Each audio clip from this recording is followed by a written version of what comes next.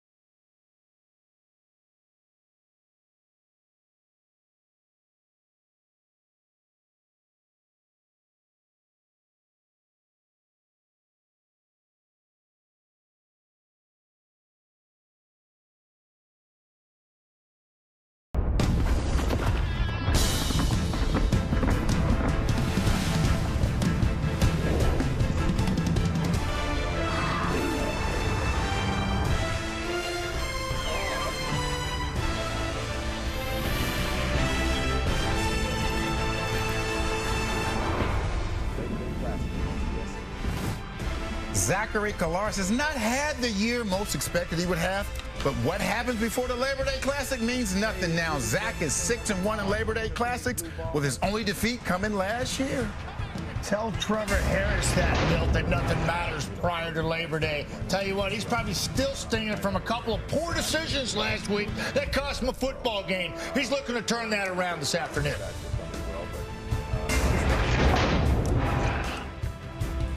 That's the tone setter right there, Brady Oliveira. Regardless of this team's struggles, that's the guy that sets the tone for this team with his physical play. Let's get Brady going early. 36 years young, an 11-year veteran, a 3-time CFL All-Star. Micah Johnson still getting it done, leading the CFL with 6 sacks this season, saying this week, I think everybody is expecting this place to be electric. That is an understatement, because there is going to be 33,000 fans rocking Mosaic. Hello, Canada. Kate Burness alongside David Sanchez, Matt Dunnigan, Milt Stiegel. A very well-rested panel, by the way. We've had so much sleep between the 4 of us. We have so much energy, but in all seriousness, how do you not get up for this game? This is literally one of the greatest games of the CFL calendar, so it doesn't matter that we have been across the country and back. We are ready for this one. All right, we'll get the guys' thoughts in just a moment, but first, let's get you to Mosaic and join our Britt Dort. And Britt, I mentioned it, this crowd is going to be electrifying, to say the least. And look, the Riders need it because they have been in a slump as of late. Yeah, it's been a hot minute since they've had a win here at Mosaic. It actually came against the Bombers back in week 9. But you mentioned it. There's something in the air here. It's been buzzing all week long. And even Zach Collaros admitted to it. He told me every time I wake up on Labor Day, there's a different crisp in the air because fall's here and it feels like that second CFL season's here. And there's just that little bit more of excitement. Now, speaking of the Bombers, of course, there was that scary incident with their offensive lineman, Stanley Bryant, last week, who had to leave the field on a stretcher. He has not returned, but Mike O'Shea was very adamant he is okay. He just wasn't medically cleared just yet. Exciting news, though. Drew Wolodarski will return tonight after missing the last 3 games with a rib injury. And back to the excitement of the Labor Day Classic. Trevor Harris getting to suit up as the starting quarterback for the Riders in his first Labor Day Classic because he was injured last year, as you will remember. He told me when you get into the league, these are the games you hope and pray for that you get to play in. Now, let's talk about what's on the line here. We get it. Winnipeg and Saskatchewan fighting for first in the West Division. Just happen to be some pretty fierce rivals between the two. And the fact that, hey, the Riders could win the season series if they get the win here tonight. So you even mentioned Micah Johnson off the hop. I chatted with him and said, I get it. Every guy always says, this is the next game. We just want to win this one. Doesn't matter. But I said, there's a lot on the line today. And he told me, yes, and we know it. And you know what? We mentally can't even tell ourselves there's not a lot on the line. Instead, we have to embrace it. And we have to get ready for a matchup like this and just get even hungrier for a win. And Kate, as you mentioned, they need one because it's been a little too long since they've had one, and yet they're still sitting atop the West. And Brett, as we take a look at the West here, it is the wild, wild West. Never do we remember a Labor Day where the West standings looked like this. After the big win yesterday, the BC Lions currently in top spot at 6-6. That can all change, though, as Britt just mentioned. Winnipeg, remember they started the season 0-4? All of a sudden, they're on a nice little winning streak. Sask 0-4-1 over the last 5. And ironically, they started the season a perfect 4-0. Everything seems like it's flipped completely upside down. The fact that they're playing this week and then they go to the Banjo Bowl next week, Milt, in 3 weeks' time, we could see this whole Western standings in a different direction. Yeah, did they say it was going to be a sellout crowd, maybe? They did, 33,000. Oh, in the Banjo Bowl or in this one? This game? Yes, 33,000. So there'll be some Bomber fans. We'll probably see some 85 jerseys. Don't be ridiculous. That's another story. Don't be ridiculous. That's where you're going with As you mentioned, the Wild Wild West, and you said the Bombers started off 0-4. Saskatchewan started off 4-0, and look where we are now. You know, we have an opportunity for both of these teams to get first place, and for the Bombers, it's a big opportunity. They've already won the series versus Calgary and BC. If they can win this game and win next week's game, because this West is going to come down to the final games, they'll have the season series versus both of these teams. But these Saskatchewan Roughriders, this is a big game for them. They have an opportunity to get back on track. They started off like gangbusters, but they've been slipping over the last 5 weeks. But this game right here would allow them to retain first place. So this is a big game for both of these teams. Yeah, we just saw a shot of the 2 veteran quarterbacks that handle these teams and their offensive production. We saw the medal of Zach Collaros stand on its head last week in the last drive, and a must-win in a huge game, and to come back, and that's what he's capable of. And you get that running game going. Biggie seems like he's back in the lineup again. To me, that's going to be huge for them. It's a huge get. But I'm concentrating on just a little bit of the Calgary Edmonton game, and I look at that, and you know, it's a big picture out west. Look, this is a CFL, and everybody's dealing with their problems. I mean, last week they dealt with not having that guy in the lineup for the Winnipeg Blue Bombers, and everybody's constantly plugging and playing players. And to me, it's one of those scenarios where Edmonton and Calgary no different. I think Calgary has the edge there because they're coming off a bye week. And that's huge going into this at this stage of the season. So, to me, a lot of intricacies in the Canadian Football League with your GM, head coach, OCs or DCs. There's a lot of juggling going on. It's just not the players on the field. There's a lot happening in this league right now, and it's changing from week to week. Yeah, this Winnipeg team and their identity. Look at the stars on this team. Start with Zach, Brady, Kenny Lawler. We're talking about offensive star power, and they're being carried by their defense. Over the last 3 games, they blanked the Lions, then allowed 11 points to the Lions, and then 23 to Hamilton. This defense has been absolutely lights out. Over that same span, the offense is 9th in the league in points. Who would imagine with this offense them being 9th? But what's crazy is I still, because of who they have and that roster and how they're built and the veterans they have, I still trust them. You trust I do, and that's got to be scary. This defense is only getting better, and I trust the offense is going to pick it up. Trevor Harris said this is just another game. No, it's not. No, it's not, Trevor. No, it's not. No, I played in 14 of them, and I used to hear guys say that, and I was like, no, it's not. And maybe that's only why I won 4-14, because it's not another game. And you say you don't miss the hitting. What you do miss is this. Oh, this atmosphere. Oh, There's my nothing goodness. else I couldn't even imagine. I couldn't even imagine. Now, we know that this game absolutely never disappoints. It certainly didn't last year. It was a thrilling 32-30 win in OT. Saskatchewan, by the way, they've won 15 of the last 18 Labor Day Classics. Riders and Bombers living up to the hype. Lother hammers it through, and we are dead locked at 24. Tucks it into the set towards the end zone. Touchdown, Saskatchewan. Look into the end zone. Got it. Are you kidding me? Kenny Lawler immediately strikes. 32-30, the Riders lead. Collaros to keep this game alive. Looks like the end's over. Saskatchewan wins the Labor Day battle with the Bombers. We are going to reintroduce CFL fans to one of the great playmakers in the game. To the end zone, one-on-one. Oh, my goodness. Get out of here, Kenny Lawler. A one-handed special from 89. End zone long. Touchdown. Kenny Lawler. The spectacular looks routine for this guy. The human highlight reel that goes by the name Kenny Lawler has struck again. A game-winning game-winning touchdown with 19 seconds to go a week ago. It was great for Bomber fans to see Kenny Lawler record his first TD this season in dramatic fashion. While his season has been interrupted by injury, Lawler's impact over the years isn't lost as his incredible talent speaks for itself. Recently, the receiver sat down with our Matthew Shinetti to discuss his journey and who in his life has helped him get to where he is today.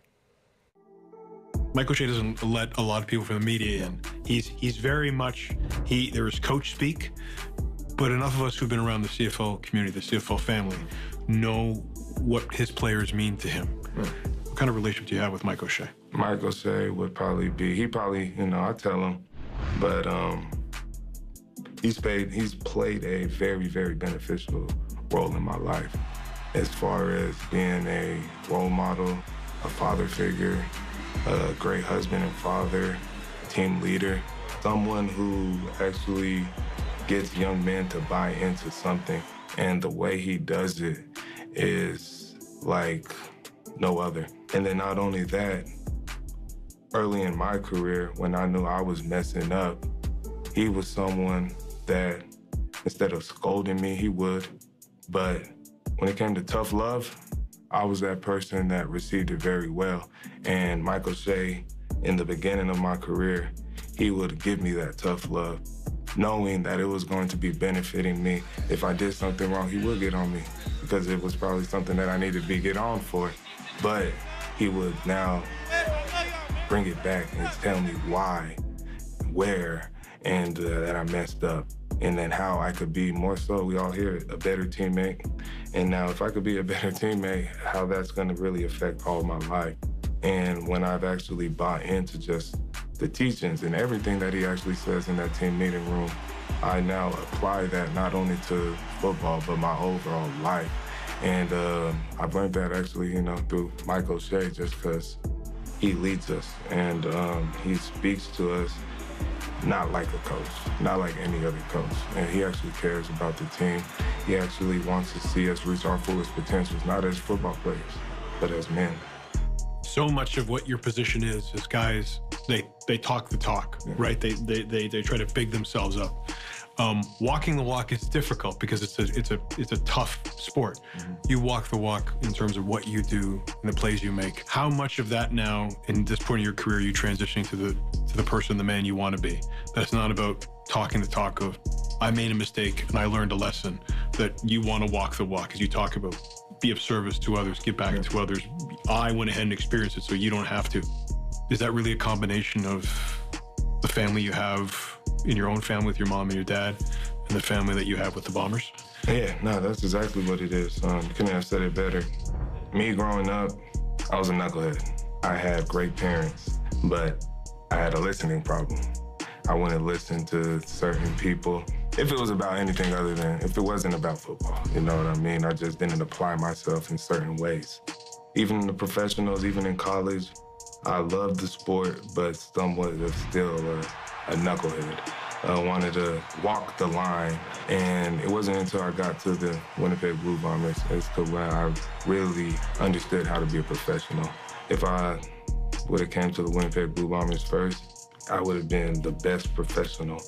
But I had to go through some things that led me to the CFL that actually, was eye-opening because I seen a group of men that were very like-minded in goals and that was led by a great leader who just didn't walk the walk, actually talked it as well, and wasn't a person that was trying to, walk this line, but try to, pick the side by day, what side I want to walk on. He was actually on the right side every time. It don't matter what it is. And the most important thing about it, he wasn't going to jeopardize his integrity. And that's one thing we know about Coach O'Shea. And that right there has really played and made me really kind of who I am now, living in Winnipeg, wanting to give back. Because this, like I said, this community in Winnipeg has gave back and supports the Winnipeg Blue Bombers so much. I just want to be able to show my love and appreciation because at the end of the day, this is the foundation that I was built on through my parents. And really taking that in and understanding it And now being in full position to be able to do so, this is now the line I want to walk. And it is the right line. It's the honest, it's what I believe my purpose is and what God created me. It's never a tough choice when it's the right choice. You know what I mean? Yeah. You know what I mean? As I mentioned, Lawler with just 1 TD so far this season, but he loves playing in the Labor Day Classic. Not huge numbers, but he does have those 2 TDs in 3 games. We'll see what he is going to do tonight. Well, I don't know if you heard, but all 4 of us hit our Anytime TD Challenge bets for Touchdown Pacific last night. Let's see if we can do it again first. Here are the 5 most popular Anytime TD picks at FanDuel for tonight's game. An interesting choice for the most popular pick, Keyshawn Johnson of the Riders at nearly 3-to-1 odds. And you know what? I love the fact that, Ches, you are now leading, because I think since the beginning of this, you've understood the systems. Now, as I said, I'm just going to ride your picks. But who do you like tonight in the game? Because I'm leading, I get 2 picks. What? The style of defense that Winnipeg plays, look for receptions for Sam Everless, have a ton of grabs. That's 1 play for you. Other one, I like touchdown for Strebler. Why are you picking 2, Jazz? Can I finish? You're taking up my time by interrupting. Chris Strebler will get in the end zone, but yeah, Sam Everless overcatches as well. I don't know what you just said. There you go. Sam Emulus for Louisiana Tech. I like it. They won yesterday. It's huge. Thanks to Joey Del Buzzo, our stat guy, telling me that earlier. I can tell you this. We have got Wolotarski back in the game tonight. I love that, right? First of all, I love his game, and I love saying Wolotarski. Second of all, we've got Lawler's been back for a little while now, and we've seen him in this. Lucky Whitehead, they got him back earlier this season, and I think he's really given them a jump to the step. And he's at a plus 350, and you know I like those big eyes. Are you going to give us a pick? I don't understand this. Pick one. We've been talking for a minute and a half. Go ahead. Go. First of all, yesterday I wasn't happy everyone won. I just wanted to win, but that's another thing. But today I'm going with Keon Chafin-Baker, his 2nd game back, and he's going to score a touchdown. You can tell none of us have had sleep because everyone picked like 6 people. I have no idea. And then there's people are eating watermelons behind us the entire time. I have no idea what any of you guys said. So my script says the following. I'm not expecting us to go 4 for 4, but guess what? I am. It would be nice if the Riders' defense can come up big for me. I like it. Look, I'm picking them till it happens. This is my thing with the Riders now. Maddie, you're going with a long shot, Lucky Whitehead to score for the Bombers. Thank you. Ches, you're going with Chris Strebler. Milt, you like Keon Chafin-Baker. Our Anytime TD Challenge picks officially locked in. No one's allowed to pick anyone else. Here's Britt with Adam Big Hill. Adam, you come to returning to the lineup here in a key game. Tell us what's going to be important tonight when trying to stop Trevor Harris. Well, I mean, he gets the ball out of his hands quick. They got weapons kind of all over the field, so it's a matter of disrupting rhythm and getting him to move around a bit and take advantage of that. Well, it's an exciting matchup. You know that. Labor Day weekend on the CFL calendar. What are you most excited for when facing the Riders here tonight? I mean, the energy. I mean, this is right now playoff football come, September here. So this game, these back-to-back games are always electric, and they sure don't disappoint. Thanks so much, Adam. Have a great one out there. Appreciate it. Well, Big Hill and the Bombers D have been key this season, allowing the fewest points in just 220 or 20 points per game. They have also allowed the fewest opponent offensive touchdown this season, just 17. Very impressive. From Winnipeg D to the Saskatchewan D, and the Riders actually piped in crowd noise at practice this week. Normally you do that for away games, but it was for the Saskatchewan D to practice communicating because they know how loud these fans are going to be at Mosaic. Tap in! Tap in! Tap in! Labor Day in Regina, always something special as the Bombers and the Roughriders. This is where you live. This is where you eat. This is where you feed your family. You got somebody else outside the front door right now. And they about that action. But guess what? You can't outrun the fire. The devil's a fiend and a liar. There's a light and thunder is coming.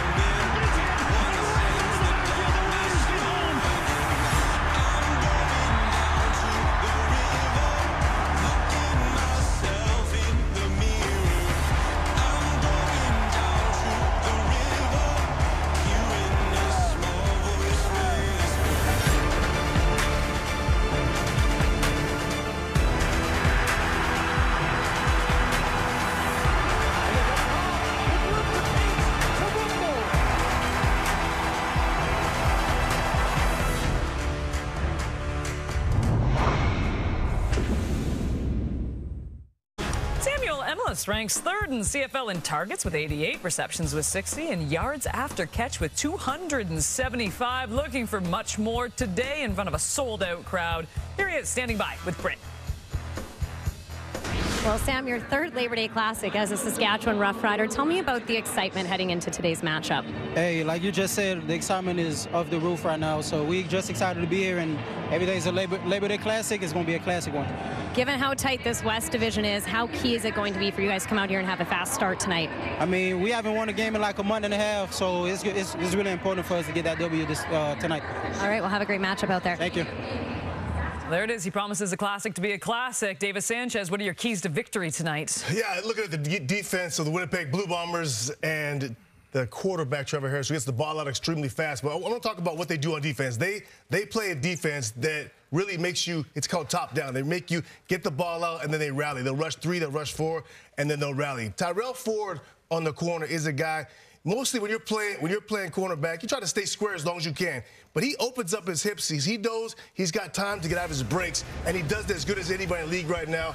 And this team rallies. You watch, you rush 3, and then they got all 9 eyes around the quarterback. And this is what JY wants to do. Jordan Younger, defense coordinator, rally. Look at the hands of the ball. This is how they play. And the Riders, they're excellent at getting the ball out.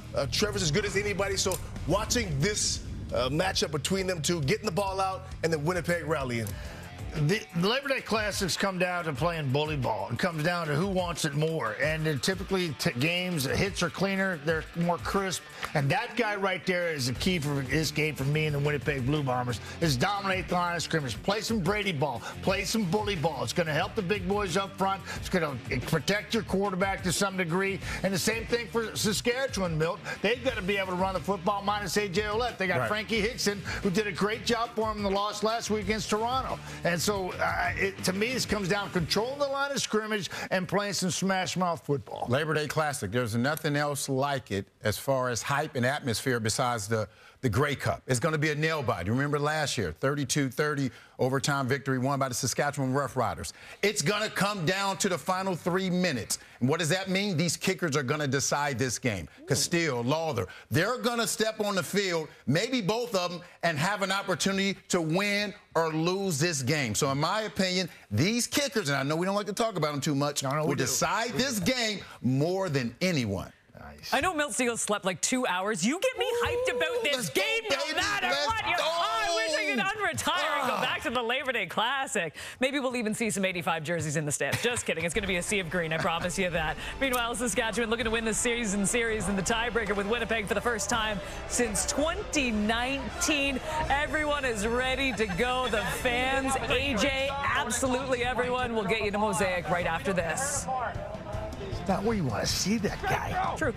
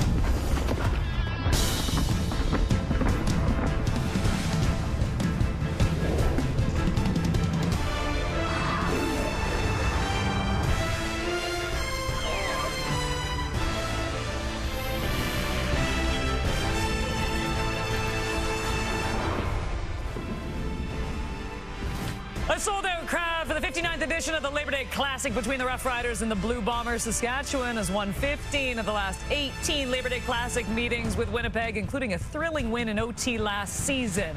Let's get you to Mosaic Stadium for the pregame ceremony and a special tribute to a CFL legend.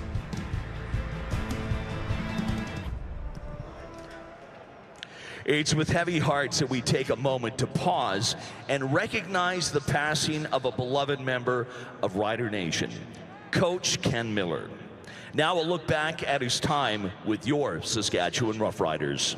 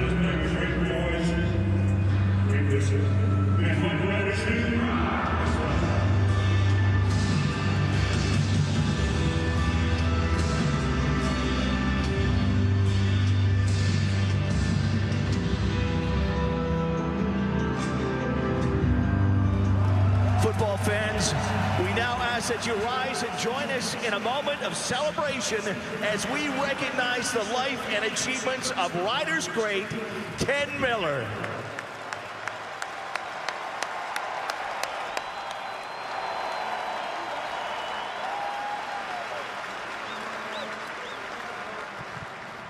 Please remain standing and remove your headwear as 620 CKRM presents today's national anthem. Here, during the 59th Labor Day Classic, the loudest fans in the CFL are going to perform the Canadian national anthem. Get ready to sing loud and proud.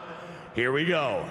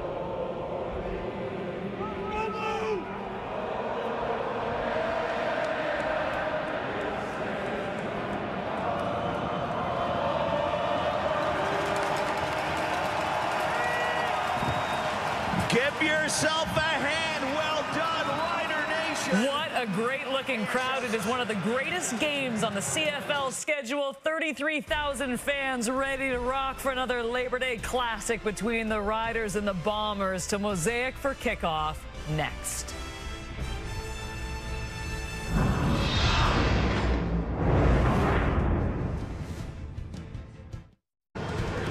Thank you, Kate Burness. Hi, everybody, and hope you're having a great holiday weekend from this magnificent house on the prairie and one of the great traditions continuing in the Canadian Football League. Riders, Bombers on Labor Day. A lot of people know this rivalry very well, including this man, Paul LaPolice, who's coached multiple times on both sides in this game. Zach Collaros, Lapo, knows this game very well as well. He has not had his greatest year, but they are finding ways to win lately, including that last-minute drive that he engineered against Hamilton. Yeah, he has not had his best year. 12 interceptions this season, the most in the Canadian Football League, and he's facing a team that takes the ball away more than anybody. 33 takeaways for the Riders. They have 15 interceptions, so he has to protect the football today. And this guy, second all-time in completion percentage in the CFL. Well, he's facing the top defense against completion percentage. This Bombers defense has been spectacular, holding teams under 60%. First Labor Day Classic for him, too. First Labor Day Classic between the Riders and Bombers for Corey Mays, who certainly knows Labor Day well from his days with the Stampeders and later with the Argos and the Ticats the last couple of years. For Mike O'Shea, it's his 10th Labor Day Classic in this one between the Riders and Bombers. His record is 3-6 coming in. There's Lucky Whitehead. Winnipeg will get the ball first. Saskatchewan won the toss and deferred, and Whitehead is back with Johnny Augustine. A year ago, it was the only one in overtime between the two. Saskatchewan won it by 2. Brett Lother with the kickoff. And back is Whitehead at the 5. The Labor Day Classic at Mosaic is underway. And Whitehead gets it up to about the 25 as Zach Collaros comes on now. As mentioned, not the greatest numbers this season. Last week in that victory over Hamilton, he was 18 of 36 for 177. One touchdown at the end, though, and that was the winner. Yeah, what I think that they need to do this game offensively, you want to quiet this crowd, Rod. What do you want to do? You want to control the clock. You want to have long drives, get the ball in the end zone. On defense, you want to keep this team from scoring points and quiet this crowd. You can already hear them, Rod. They're already screaming. You got to quiet this crowd down early in the first quarter. They pick it up right now. Sellout crowd at Mosaic, handing off Brady Oliveira, the leading rusher in the Canadian Football League, and he is not doing much there. He picks up about a yard, and a 2nd and long coming up for this Bomber offense. Kendall Randolph will have big shoes to fill with Stanley Brown out this week. He's a first-year player from Alabama. Facing this crowd noise will be difficult for these tackles, so we'll keep an eye on him all game. And very impressive last season. Nick Dembski, he had 5 catches for over 100 yards. He's going to be the yak yard leader on this football team, playing this defense that does not give up a lot of explosive plays. The noise picking up again here at Mosaic in a 2nd and 9. Zach Collaros back to pass. Under pressure, and Brian Cox has it. Collaros is sacked. A 2-and-out Winnipeg forced to punt as that Saskatchewan defense, backed by the fans, stands up strong at the start. Watching here with a speed rush off the outside. You're showing pressure, but then they drop out. Moves inside, makes the inside move on Lofton to be able to get the sack on the inside. Zach didn't really have much of a chance to look anywhere downfield because the pass rush happened so quickly there, Rod. 5th sack of the season for Brian Cox in his 2nd year out of Florida. So Jamison Sheehan back at his 10. Mario Alford running in on this punt, and he takes it in the air at the 50. Little hop, skip, and out of bounds at midfield, and a good place to start for Trevor Harris. His 3rd game back after missing 6 games with a knee injury. Had a very good start, Lapo, against Toronto last week, but then cooled off in that loss to the Argos. For Trevor Harris today, the big thing is running the football. Week 7, I know he wasn't in the game, but week 7 in their win against the Bombers, 19-9, they're able to run the football and get their play-action pass going on 1st and 10. That's what's got to happen for them to have success today. Opening possession for Saskatchewan starts in the Bombers zone at the Winnipeg 52.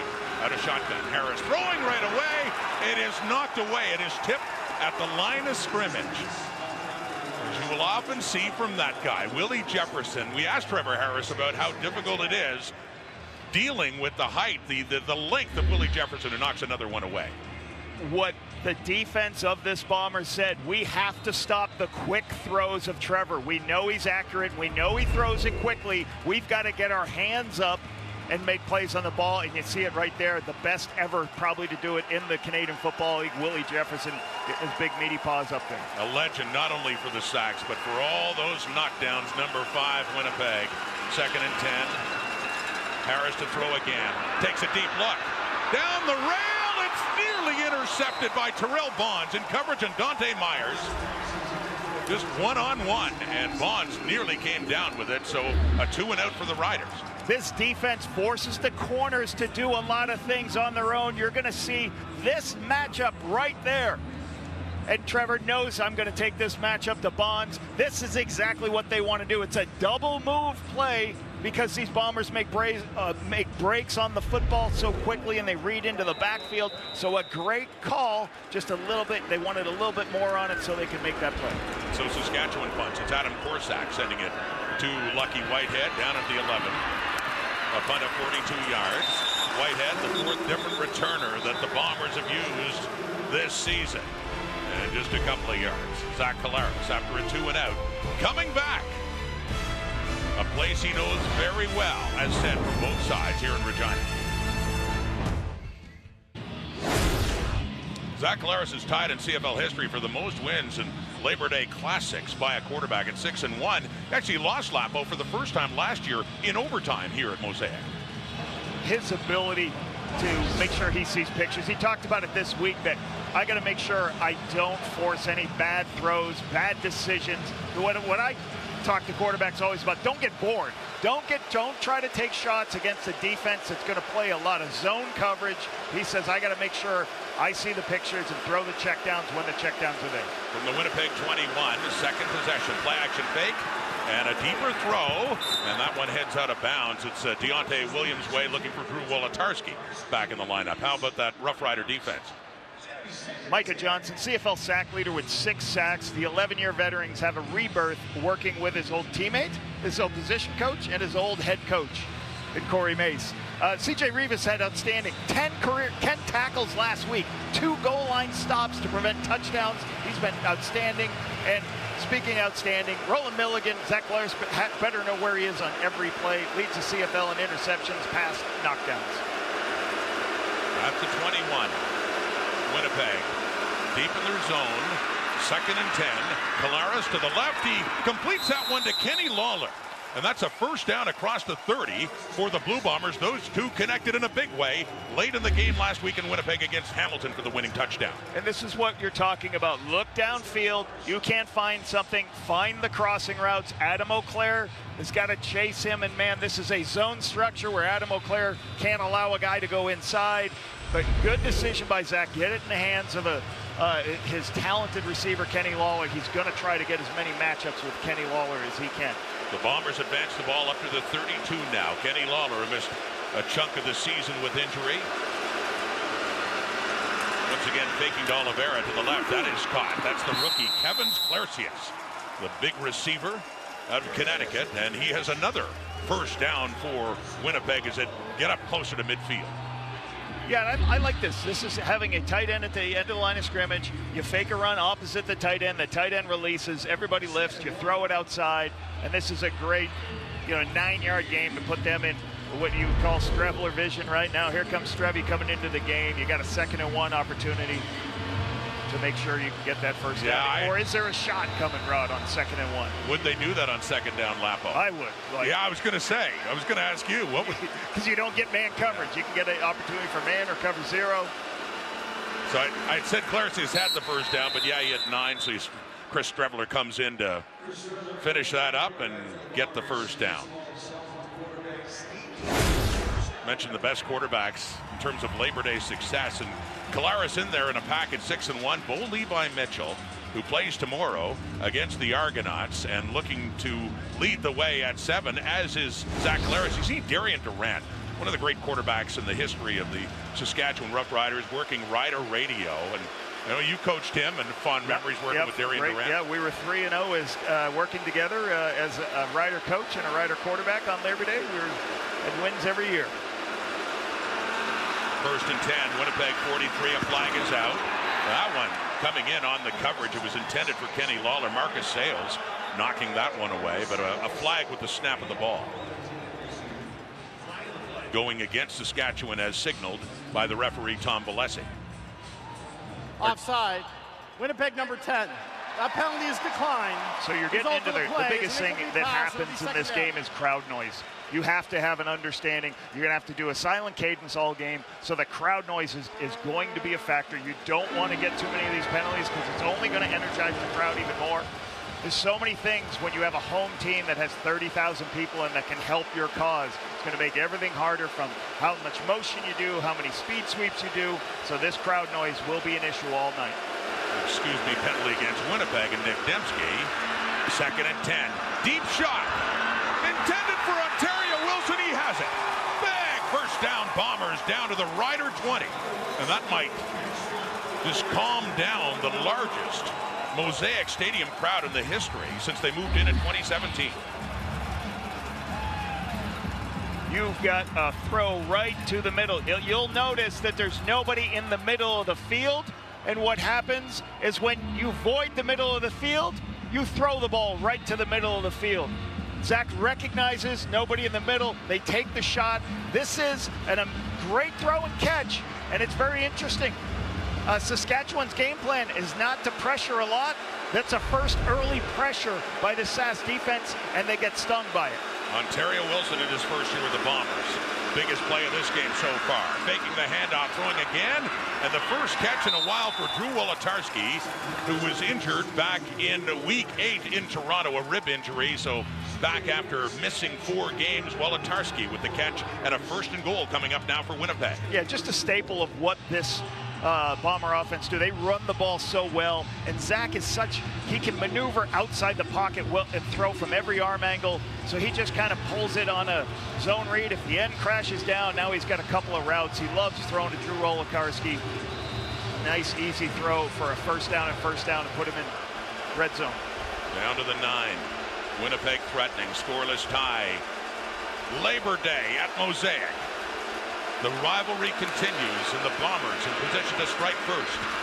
Dumping it off now to Ontario Wilson. 5, down to the 3. Got that far, and a 2nd and goal is coming up. As once again, they use play action and dump it off to Wilson to get a little bit closer. Quick throw out of the backfield. What you're doing is you're bringing a guy out in the flat, and you're going to block everybody. This is called a BTL. You block downfield and you throw it behind the line of scrimmage. It's very hard to hold those blocks. You'll see CJ Rivas doing a great job getting off, and Nelson Macumbo making the tackle. You got to hold up. You're going to run these screens. You got to hold up on the perimeter. Really good play. Got Chris Streveler back in the game, Rob. 9th play of the drive, 2nd and goal. Streveler keeps. 3, 2, 1. Touchdown. Winnipeg strikes first. Chris Streveler, another rushing touchdown for him. That's his 8th in the season. Just put as many bodies as you can inside. Let Streveler run it. He gets low shoulders, keeps his legs driving.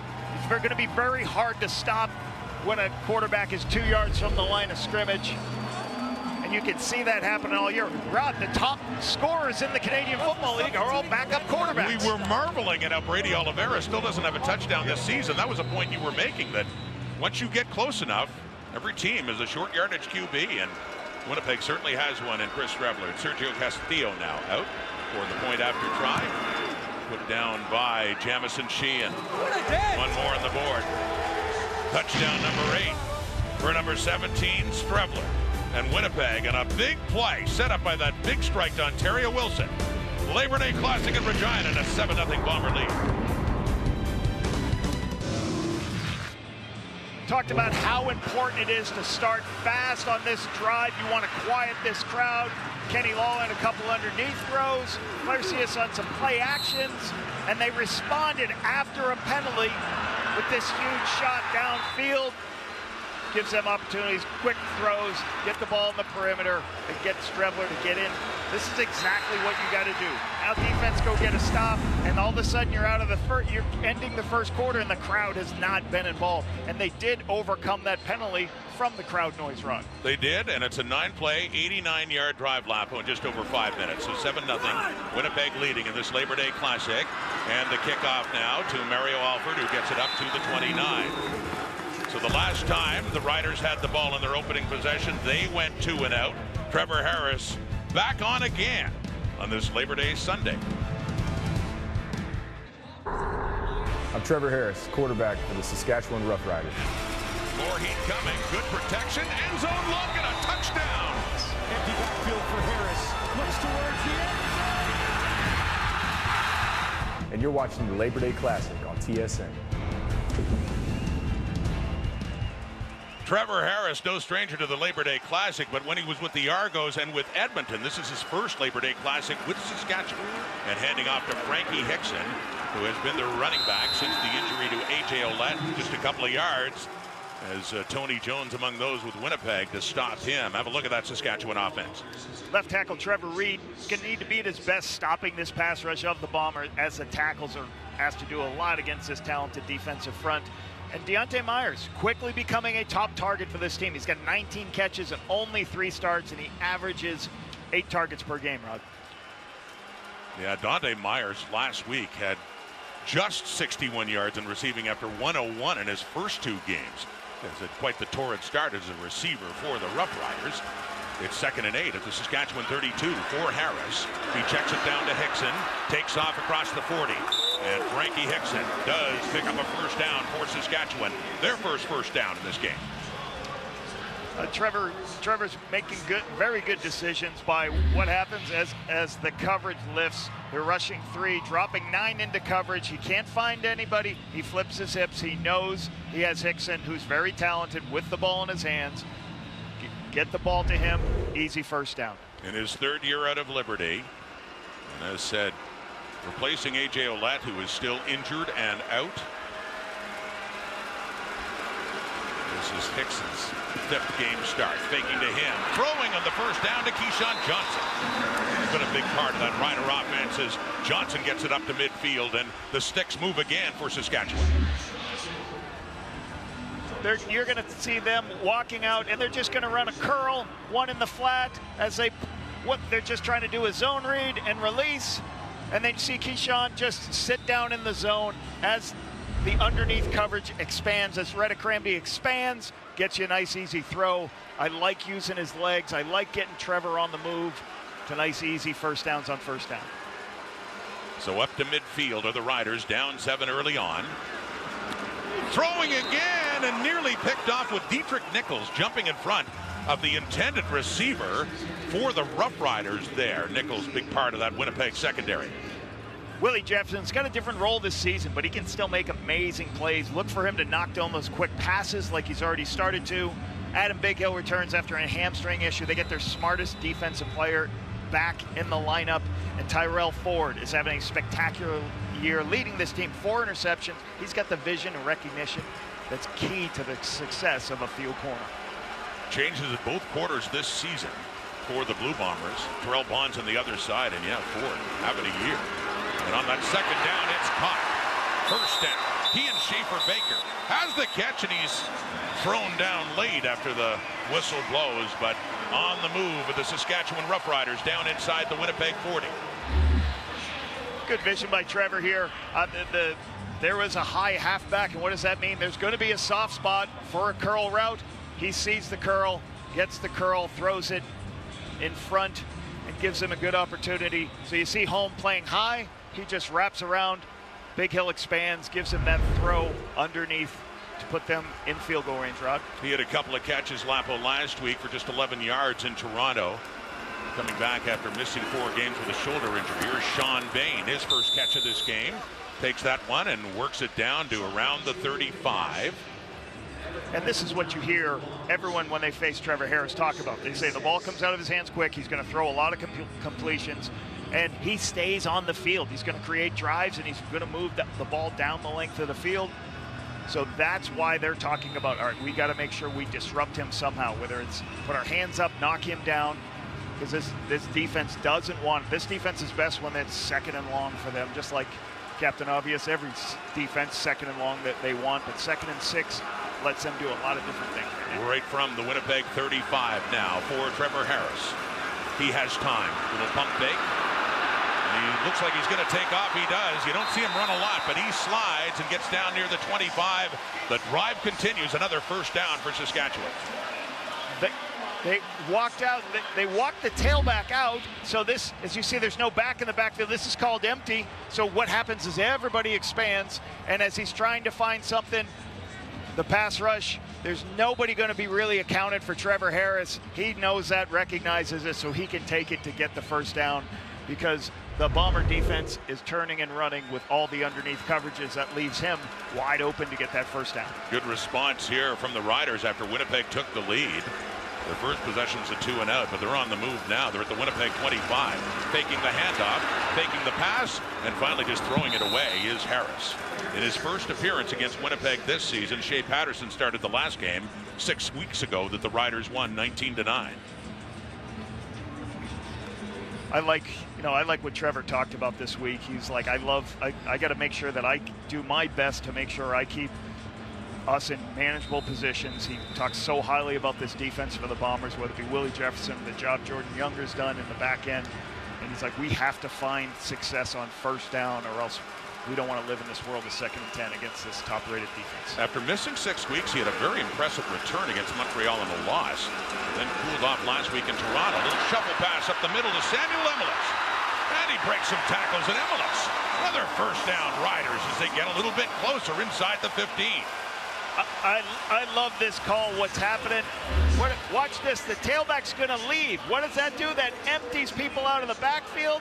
But then Emelis is in the backfield also. So as everybody expands, you see everybody walking out. They know it's only a 3-man rush, so they just flip a shovel pass to Emelis, and then he gets the yardage. Why? Because this Bomber defense likes to be expanded out over all the receivers. That gives them that room in the middle of the field, Rob. Down 7, knocking on the door. Saskatchewan, 10th play of the drive. Harris. End zone look. Coverage is there. It was Schaefer Baker with Retta Cramdy, the coverage linebacker, back with Schaefer Baker. It falls incomplete, and a 2nd and 10 is coming up. You know, you're trying to take a shot for a big guy in the middle of the field. You got Home on the outside, or on the inside position, but then inside, it should say, is Retta Cramdy. So he's in a position where it's just a very difficult throw. What he's going to do is try to give him an opportunity to go out and jump for the ball. If it's a little bit higher, he's got a chance for that ball. I know the fans are asking for it, Rod, but I don't know if I would be putting a challenge flag out at this early in the juncture with that picture. It stays in the pocket of Corey Mace, and a 2nd and 10 at the Winnipeg 12. Another end zone look! Touchdown! Saskatchewan Roughriders and Sean Bain.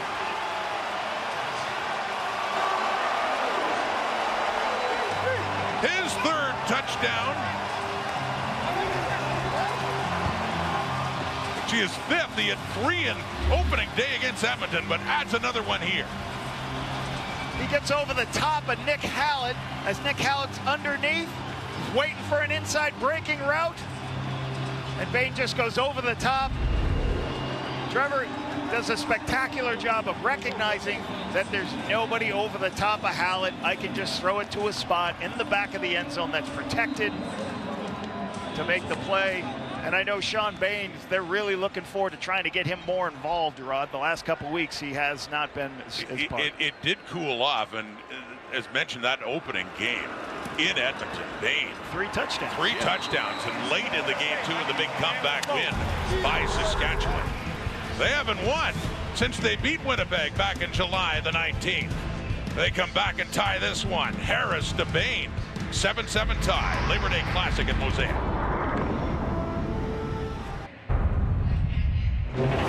7-7 tie thanks to this. Trevor Harris from the 12 on a 2nd down into the end zone. Got the touchdown. His first game with the Riders in the Labor Day Classic. With more, let's send it down to Britt Dort.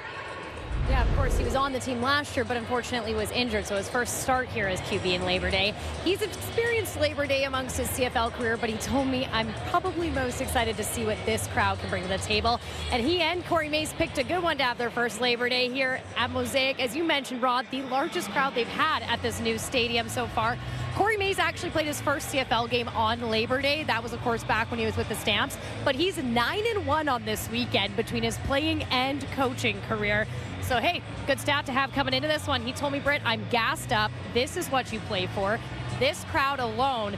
And he told me it makes it easy to want to come to work on days like this, guys. And Brett, interesting when you were asking him about it, he said, I hear this is the biggest one. He knows the Argos Ticats. He, of course, knows the Stampeders in Edmonton, but I wonder how he's thinking so far. Yes, yeah, yes. It is.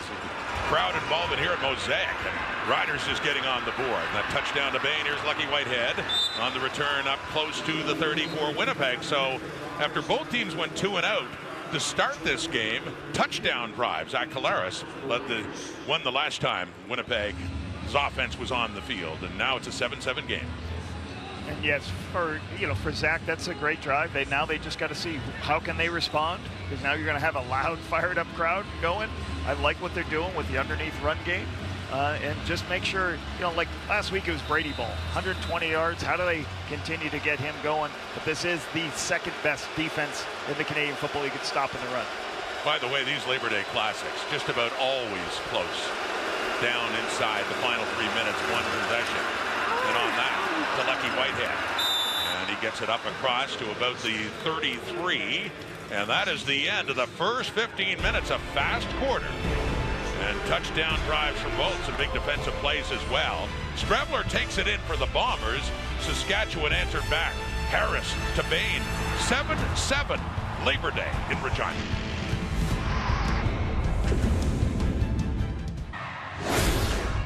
Seven Labor Day Classic here at Mosaic in Regina. Look at the numbers after one quarter. Defense is strong in the first possession, Salapo, for each team, but after that, the offense has put together some good drives. Yeah, they've done it by not just, they're trying to run the football, but the run has been difficult for both football teams. But I really like what both teams do with the short control passing game to keep them in second and manageable situations. And the Riders did give up an explosive play, something they don't normally do, that led to the Bombers' touchdown, but a great response by the Riders to keep their defense, their crowd in this game. That was first, that big strike from Zach Collaros to Ontario Wilson. And the Winnipeg offense back on the field again, notable.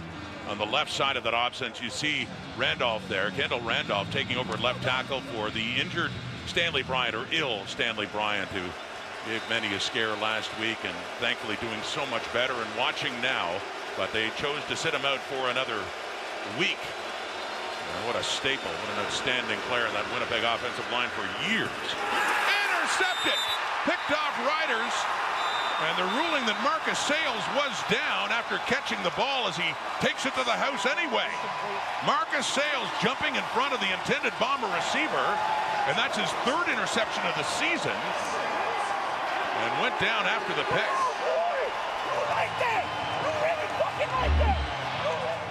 Zach's trying to throw the ball to, there's a hole in the defense on the left-hand side, but the corner is driving from outside in to make the play. You have to see what that corner's going to do when you try to throw in this big space. Sometimes the defense is going to give you that spot so Sales can go make the play. Great opportunity for him. He just doesn't finish. And that was the 13th time that Zach Collaros got quite the celebration by Sales there in the end zone, but 13, that leads the CFL in interceptions thrown. Collaros picked off there, so here comes Trevor Harris. And throwing, and just out of the hands of Joe with Dietrich Nichols there with him. But Rider offense set up in a good spot here at the Winnipeg 41. And I know talking to Sales and all those guys, he's like, every time again, I got to get I need more touchdowns on my interceptions. I got to finish more. So we go.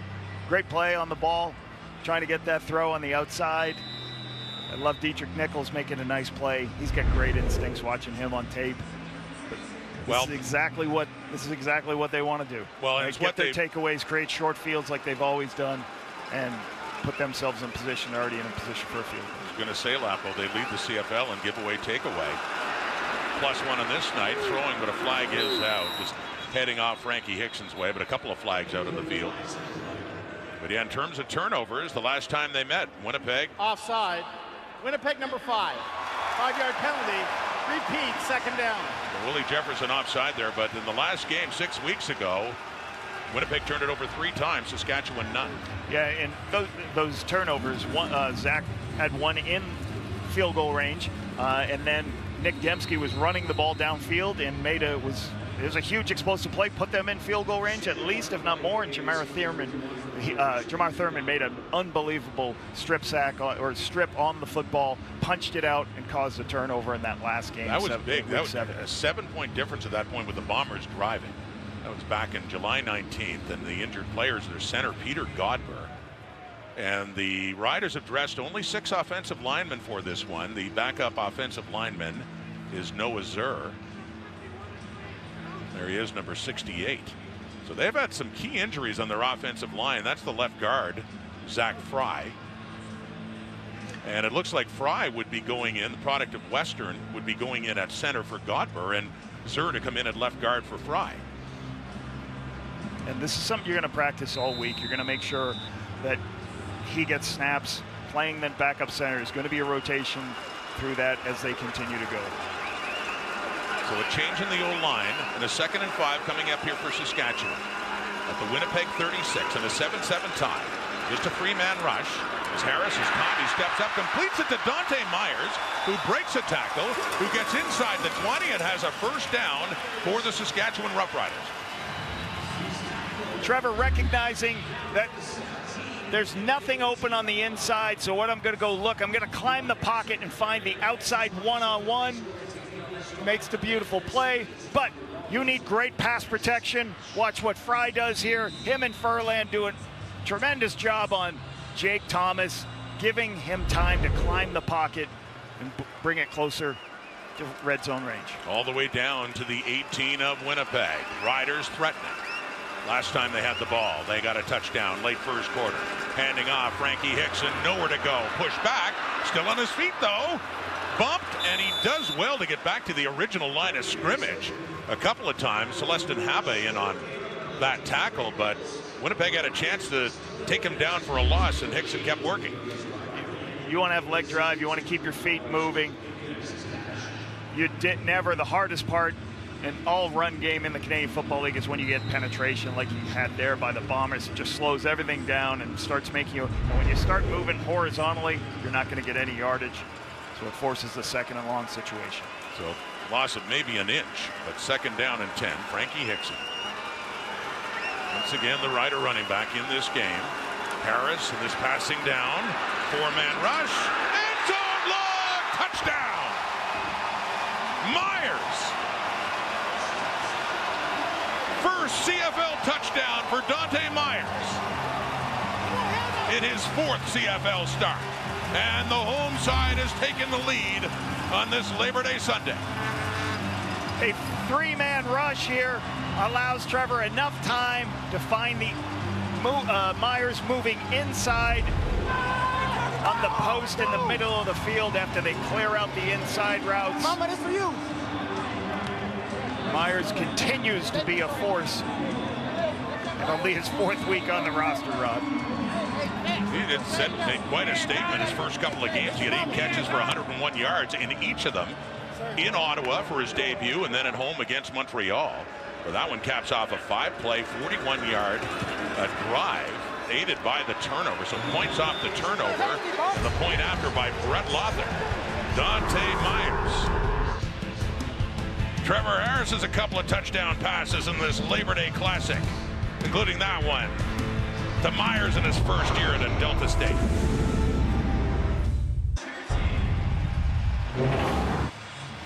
Watch Myers here on the outside, but I also want you to watch Kean Schaefer-Baker. He's going to clear out the high player. Myers going to go in, and then he's going to work up. This is called a middle play. You cancel out the high player. He starts running down, and that little pause right there gives enough time for the halfback to move out of the way. Then he can go back to the middle of the field, and you see the halfback home move out of the way. They have nobody else inside, so that's great execution, Rod, And once again, we just keep talking about Myers. And thank God they've got this guy on the roster the last 4 weeks. Been tremendous for them. Be hard to take him off the roster now, given what he's done. Myers with his first CFL touchdown coming in. Thomas Bertrand-Houdon, the special teams coverage for Saskatchewan on that return. But Thomas, the first player in the CFL history to wear a Guardian cap the last couple of weeks. Of course, very prominent now at practice, training camps. You see in CFL, NFL, all over in football now. But they do allow the choice to wear them, of course, in the games as well. And Rod, was that a stuffed animal on the sideline? It looked like I didn't get a stuffed. Was it stuffed animal? Bill DeBear Day? Yeah, I was just going to say right near Dante Myers. I mentioned he's from Delta State. That's in Cleveland, Mississippi. Handing off. Seen too many touches there from Brady Oliveira. He's picked up another couple of yards, but hard to run against that Rider front. Well, mentioning the interception led to that touchdown by Saskatchewan. The Riders mentioned leading in turnover ratio, dominant at +17, +3 against Winnipeg the last time they met, +1 in this game so far. And yeah, that's Corey. When Corey came here, I said that's going to be the thing they need to change. They were last in turnover margin last year. His ability to get this team to preach, protecting and taking the ball away has been awesome. 2nd and 6, quick throw over the middle. That's caught by Drew Wolotarski, and it appears to be enough right across the 40 to be a first down. Yes, it is for Winnipeg. This is what you love about Zach Collaros. He has pressure. There's a twist, so he has free players. Look at this. You want to play quarterback in the CFL? He's about to get hit by 2 players, but he can still locate it. Find Drew Wolotarski in the middle. Wolotarski's just a sure-handed receiver that I know Zach trusts so much because he's going to be in the right place at the right time for him on passes. I know you know his value for your time from 16 to 19 when Wolotarski arrived, and now you used him running that Bomber offense, and they're glad to have him back after he missed 4 games. Off to the left, and that one is caught too. That's Kenny Lawler up across midfield. So now Winnipeg's offense has something going with a couple of first downs here and just venturing into the Rider zone. The CFL offensive play of the year. Everybody runs this, and then they run out to the sideline. Why? Because if that corner runs in, you can throw the out route, and we talk about quarterbacks throwing guys who they trust. Kenny Lawler is somebody that Zach wants to throw the ball anytime he gets a one-on-one situation. Big hands, ability, great range to be able to make the catch. Buck Pierce, offense coordinator, do a nice job. They spotted right at midfield, and that one intended for Nick Dembski goes too high and away from number 10. It falls incomplete. 2nd down coming up here for Winnipeg. Yeah, the ability to use him, Brady Oliveira, allows you to get the ball out on the perimeter. Everybody's staying inside, waiting for Brady to get his runs. Allows Zach to get out on the perimeter, right? And he understands that, hey, I got Dembski, I got all these guys I can put the ball out to with space. He's just got to locate that ball. We mentioned the Riders preparing for Oliveira. He has only 2 carries for 5 yards. He had 120 yards rushing against Hamilton last week. And it's a passing down at 2nd and 10. Collaros steps up, has a bit of room, and Zach Collaros takes off, and he does get it close to first down yardage, down around the Rider 45. See where they spot this one. You're seeing both quarterbacks, Rod, have an understanding. This is what we talked about at the start. I don't want to make a bad play. There's 4 people rushing. Everybody else drops into coverage. So what does he do? He says, all right, nobody's taking me. I'm going to go get 9 yards. You saw Trevor get a first down. So both veteran quarterbacks are just taking what the defense gives them, right? Puts them in a position, puts Strevy on the field to get the short yardage QB sneak. And as we said about Trevor Harris, like Collaros too, doesn't run a lot. And certainly not in this situation when they have Strebler in short yardage, who has their touchdown on the night, and he has a first down there as well, as that punches it over, needed about 6 inches and gets more than that. So the drive will continue here for Winnipeg. Down a touchdown here in the 2nd quarter, approaching the midway point of quarter number 2. Again, it's very hard to run against the SAS defense. You got 2 big guys on the inside, Miles Brown, Micah Johnson. You know, they lead the Canadian Football League with tackle for losses, first in the CFL with 69 of them. They played really well inside. They've both had opportunities as pass rushing defensive tackles.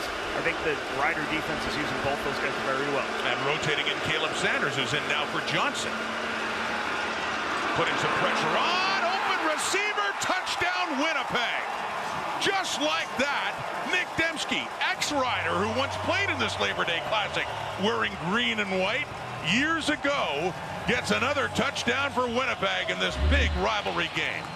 Earlier in this game, they got beat by an explosive play playing man coverage with no safety help. Here they're doing a void, what you call a zone void, where they bring pressure, but they still try to play zone. What happens? Bigger spaces open up. Zach recognizes it. They have a seam called, and they hit it. Great throw. And that's hard, but sometimes if you don't have a seam called, you can't strike it. But they had a seam called where the hole in the defense was. Great recognition by Zach. Great pickup by the offensive line because it was a pressure more than just 4 people. Nick Dembski in his 9th year at the University of Manitoba, originally drafted by the Saskatchewan Roughriders and then picked up by the Bombers. What a career he's had. And he also has 64 straight games with at least a catch. 14-14 tie.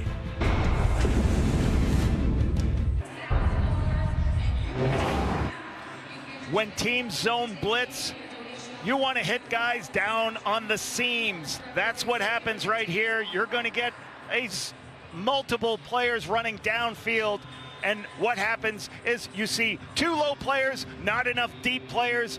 You'll see the inside Lacombo. He jumps the inside seam, gives the outside seam to Dembski. I love when I see a seam route versus cover 3, Rod. Nothing better from a quarterback or upstairs as a coach, because you know you should be able to score a touchdown. The old offensive coach in you, you're pushing me around here, getting fired up on both sides for some of their offensive choices. I was here both places. So you were an ex-Rider and an ex-Bomber. You know this. Every fan today was saying we should be picking one side.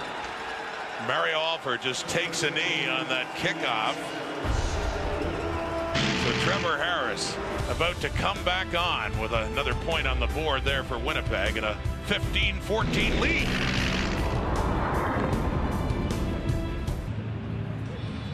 There was a time when Zach Collaros and Trevor Harris were teammates with the Argos in 2012 and 13 at the school of Ricky Ray, and they learned an awful lot from that veteran Hall of Famer, and excited to face each other any chance they can. Let's go back to Brett.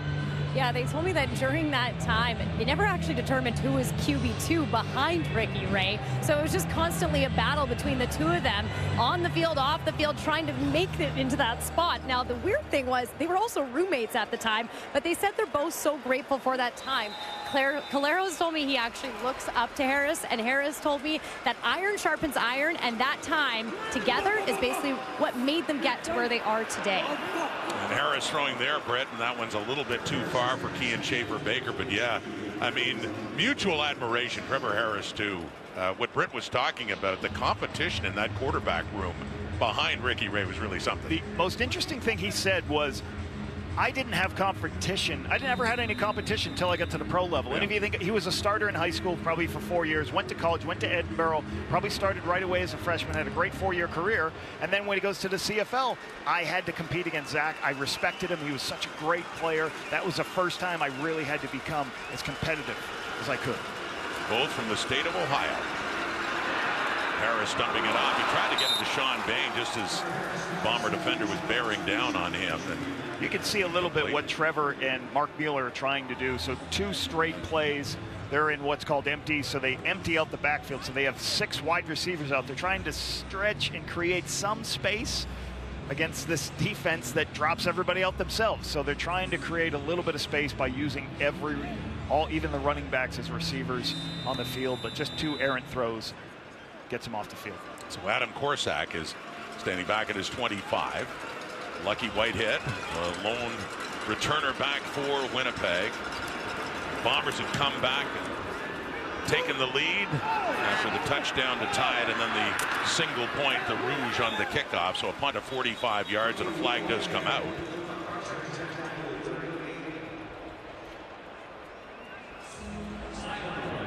During the return, holding Winnipeg number 47. 10-yard penalty, their first down. Mentioning that Bomber offense missing this man, one of the greatest offensive linemen in the history of the CFL, Stanley Bryant, first player ever with 5 straight division nominations for any award, 4-time most outstanding offensive lineman. And you know, Winnipeg is always going to miss him when he's not Spent 4 years working with Stanley, one of the best, if not the best, offensive lineman ever worked with. The players respect him so much, and he doesn't say a lot in meetings, but when he does talk, everybody listens. He doesn't make mistakes. He's by far the best pass protector I've ever worked with in the Canadian Football League. Kendall Randolph is the left tackle, and he opens things up there for Brady Oliveira. Zach Collaros, of course, now a longer history with the left tackle Stanley Bryant, and here's what Zach had to say about the greatness of Stanley Bryant. He means a lot to the locker room. He's one of those guys that just has a magnetic personality without really needing to be loud about it. You know, guys just kind of gravitate toward him.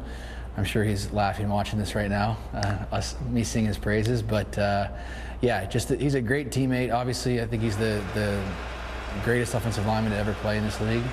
I would tell him that to his face too. Collaros is throwing, and he finds an open receiver over the middle. It's Kenny Lawler again. And Lawler has it down to midfield, and another big strike there by Collaros in the Winnipeg offense. Zach's on point. You can see this from this end zone shot. If you watch over here, one safety moving to the left. Zach knows I've got the middle of the field open. I just got to get it over the middle linebacker Thurman, and I can hit that ball right down the middle of the field. So Saskatchewan at times will play a middle of the field open and spread everybody out. The Bombers had a seam right down the middle of the field. Great throw and catch by Kenny Lawler and Zach. Third catch, 54 yards for Lawler in this first half. Back to Oliveira, and finding it pretty tough running in there. How about Baldonado? 95 in on the tackle there, and Oliveira continues to find very little room against that Rider defensive front. I think Zach's going to be kind of upset with himself that he didn't pull that ball as Baldonado came down to make the tackle on Brady Oliveira. He could have pulled it and got out on the perimeter. Stanley Bryant, one more point about Stanley. I'll tell you, like 1 year he got a bunch of penalties in 2016. I sent out to all the players, hey, this is who got the penalties. And I swear to God, he didn't get a penalty the next year. And he said it was just because you sent out a sheet. I was so mad. He took it personally. 2nd and 9. And trying to dump it off to Oliveira with the heat coming by the Riders. It's incomplete. It's 3rd down, and the punting unit for Winnipeg will come on. Good stop. Forcing Zach to check it down. This is, again, what both teams are going to face all game long. If you're not productive on 1st and 10, which is they got barely a yard. Now you're long yardage. You get a pass rush. He doesn't have time to look down the field. So Miles Brown, he gets better and better every week watching him on tape. Last game he was very hard for this Bomber offense to run against and also to protect against. Jamison Sheehan with the punt. Mario Alford and around the 10. Off the hop, it gets by him off his hands too. And a Bomber recovery. It's a Winnipeg touchdown. Nick Hallett alertly pounces on a mistake by Alford. That ball touched his hands and it rolled into the end zone. And Winnipeg special teams cashes in this Labor Day Classic. For the 2nd week in a row, the Bombers special teams. Last week, they had scored they knocked the ball out and they scored on a they forced a fumble and scored on a punt. This one is a mistake by Alfred for the touchdown. 2 weeks in a row, this special teams has come up huge for the Bombers, especially coming close to the edge of the half. For Nick Hallett, he gets the touchdown there. He's done this kind of thing before, too. A great special teams player, and including big plays here at Mosaic Stadium. You recall in the Grey Cup a couple of years ago, a game Winnipeg ultimately lost, but he had a big block kick late in that game that could have turned things Winnipeg's way. I spoke to special teams coordinator Mike Miller before this game and talked about how well their special teams performed last week. In his 5th year out of the University of Toronto, Nick Hallett on that coverage sees that it touches the hands of Mario Alford and rolls into the end zone, and he pounced on it and gave Winnipeg another touchdown. Yeah, very similar spot. Once the ball touches his hands, it's free for anybody else. Hallett's down there doing a great job in his coverage, makes the play. Last week it was Tony Jones forced to hit. Michael Ayers on a touchdown. This week, Nick Hallett. Great play.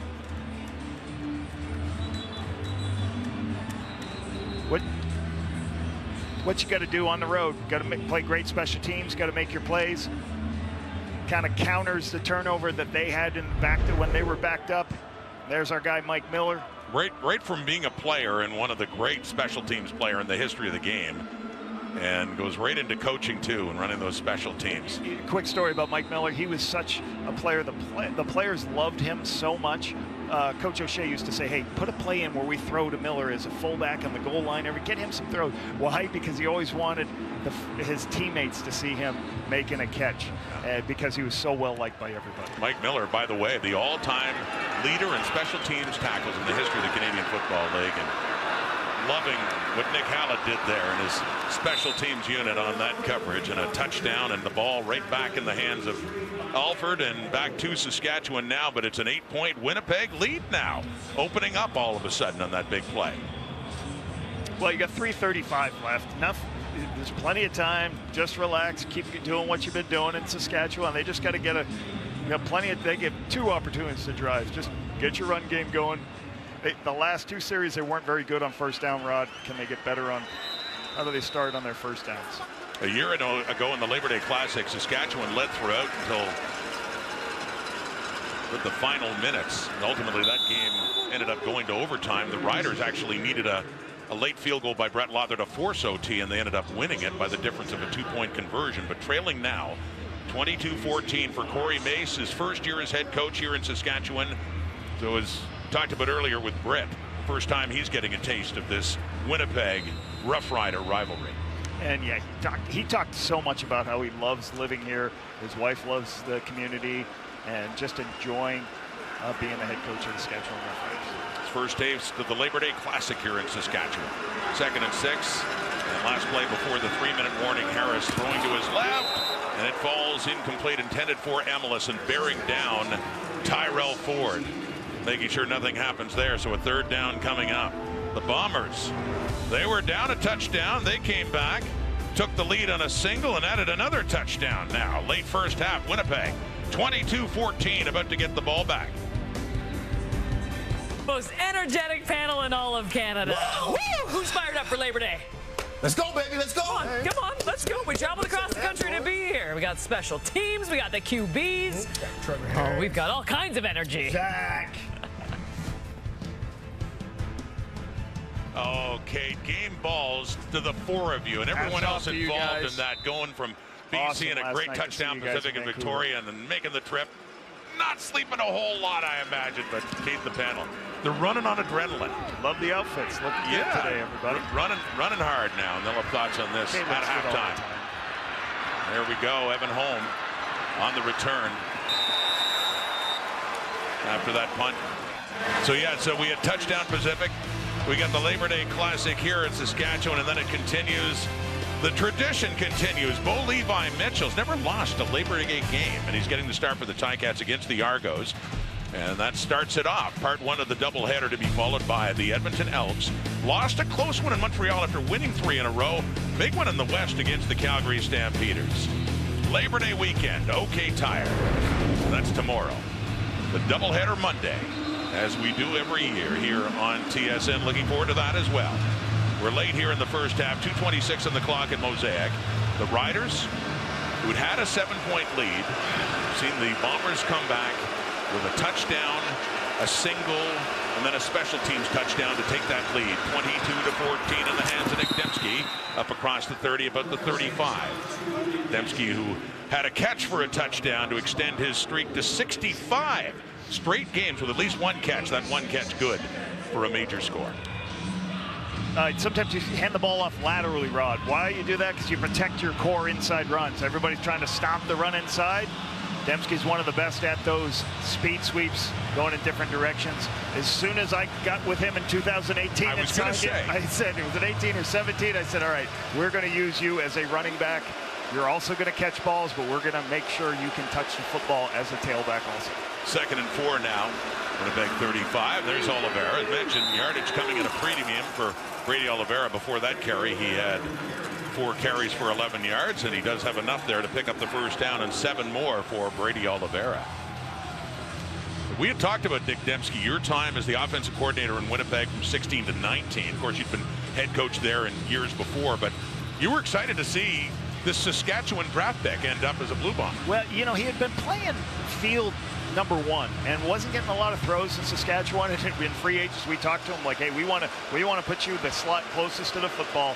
We want to use you as a tailback as well, as I just said, and we're going to give you speed sweeps. We're fortunate enough to get him. Claros with time over the middle, and no. Frustrated, Drew Wolitarsky thought he had it and couldn't hang on, and then pounds the ball into the turf. Second down.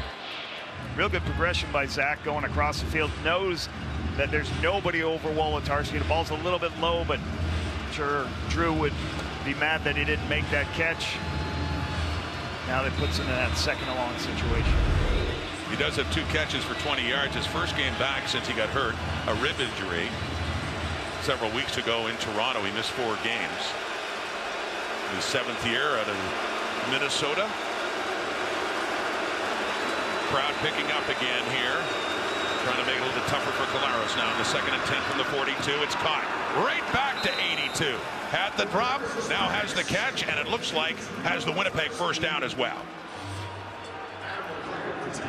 Very good vision by Zach. Understands, again, this is same thing, same picture. 4 rushers trying to get to the quarterback. Everybody lifting in zone. The middle of the field is wide open for Wolitarsky. He finds that space at 10 yards. Zach gets the quick throw. Had him open, but good for the confidence of a receiver after a drop as well to go right back to him. Can we reset the game clock to 1:49, please? Buck Pierce doing a nice job with this unit. You know, it's funny, he's had so many great seasons as offensive coordinator and really done so well. They're facing a little bit of younger players this year, a little bit of adversity.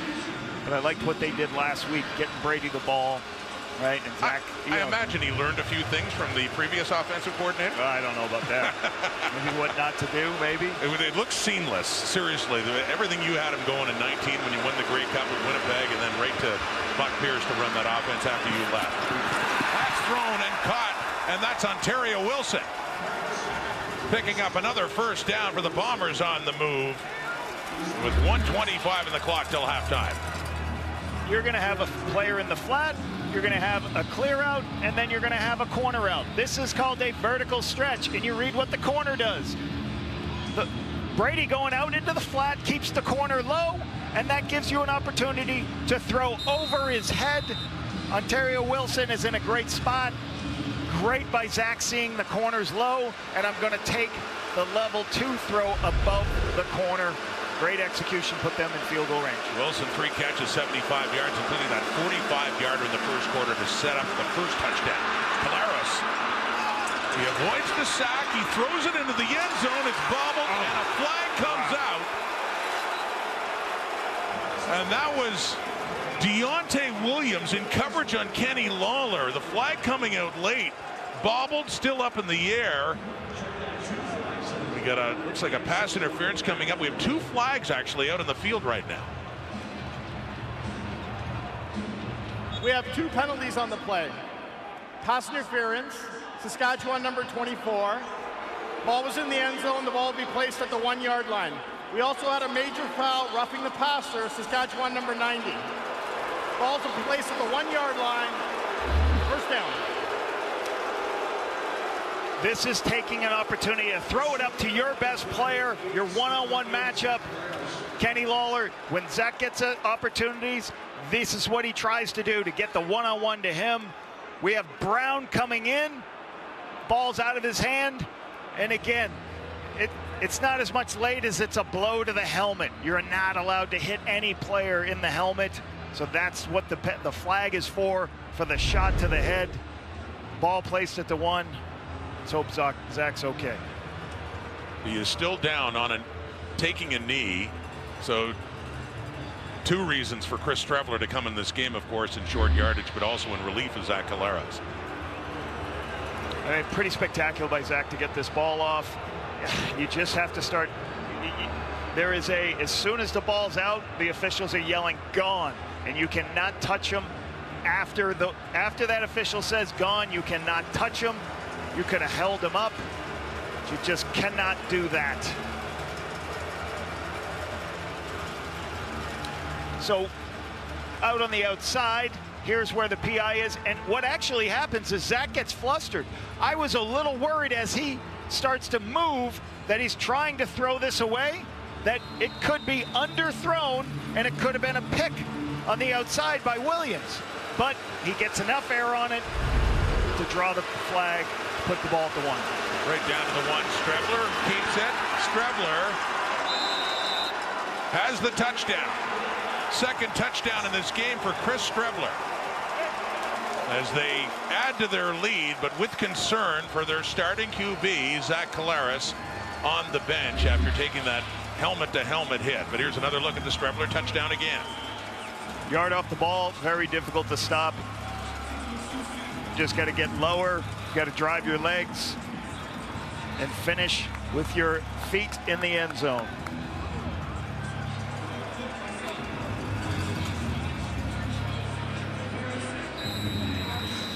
Really good. Just had to break that front plane, Chris Strebler, and that is his second touchdown of this game, his 9th rushing touchdown this season. Sergio Castillo with the point after try. And at one point, the Bombers were trailing 14-7. But since that, 22 straight points for Winnipeg as they're opening up a more commanding lead heading to halftime. But we do wonder about the health of Zach Collaros after taking that hit from Miles Brown. What I really think has to happen too here, you've got some time left, a minute 16, so you can come, drive down length field, get a field goal, get a touchdown, you want to do, but they also have to be careful. Trevor Harris has been good. Last week there was 50 seconds left. They threw an interception that gave Toronto an opportunity to get points right before the half. So that's what's, they certainly have plenty of time to get down the field to make a play, but they also just got to make sure that they don't put themselves in a position where Winnipeg can get even more points. Mario Alford back, one of the returners back, along with Thomas Bertrand-Hudon for Saskatchewan. Riders in a big hole now for a 7-play, 81-yard drive, aided largely with that pass interference call that set them up at the 1. And this is what I talked about, Rod. It's pretty quiet in the stadium right now. Make your plays, quiet the stadium down. They've done an effective job of that with a 29-14 lead. 1 minute 15 seconds to go until halftime, and Alford looking to atone for a mistake he made that led to a Bomber touchdown and excellent coverage on that kickoff by Winnipeg. So Trevor Harris back on now with the Riders in a hole, and Harris 8 for 17 for 104 yards. Has thrown a couple of touchdown passes, but things have cooled off for the Rider offense. No rush, just put a drive together. You got plenty of time. Clock will stop after every play. Restart. They just got to get good first down production. One of the reasons it's cooled off is they just haven't been on the field as much. Winnipeg leading in the time of possession. The Saskatchewan 19, 1:08 to go until halftime. Timeout, Winnipeg. I'm not sure whether it be a personnel issue or they just wanted to talk about something. I don't think Coach O'Shea's real happy with it. We were talking about him the other day, how that you can't tell with Mike O'Shea if his team is 0-4 as they started this season or 14-4 as they've ended seasons before. Very even, and was not about to panic when they had that really rough start to the season at 0-4. They went to 2-6. Last time here, they had won a couple of games, and they fell to 2-5, then lost in Toronto, but they have not lost since that game to the Argos.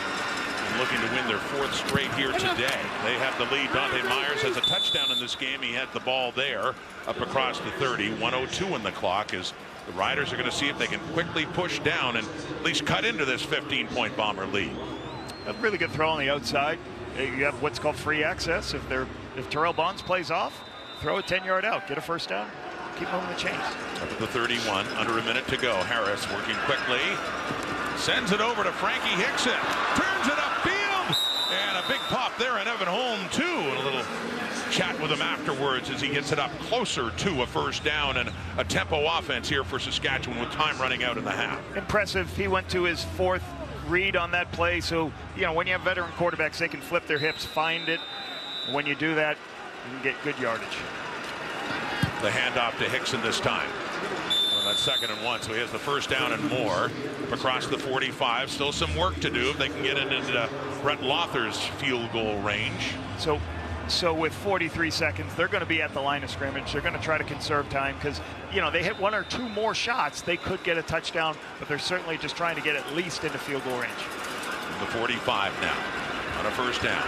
Scrambling around is Harris to the left. He'll take off again for the 2nd time in this game and get himself safely out of bounds. Gets it up closer to midfield. 31 seconds on the clock. The beauty of this defense that Jordan Younger likes to play is, hey, we are going to make sure everybody is covered, and we're going to do something. We're either going to get a pass rush, or one of our rushers is going to get home, or we're going to disrupt the timing for the quarterback. And you see that happening. Trevor's got to do what he can do. You know, he's not a runner. I'm sure they're going to say if he runs more than he throws, if he runs 5 times, he's not going to get first downs. He's not going to create explosives. Let's cover the receivers, take away his first read. Riders would like to get at least another 10 yards to set up Lother. It's a 2nd and 2, and Hickson gets it just up across midfield. That is enough to pick up the first down. 26 seconds. World's greatest panel.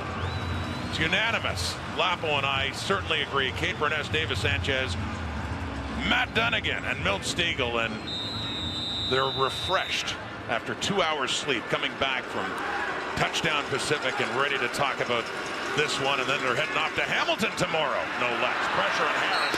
Oh, in this situation, Jamal Woods with a big quarterback sack of Trevor Harris just when they're trying to get into field goal range. The worst thing that can happen in that scenario, hanging on to the football for Harris and the Riders.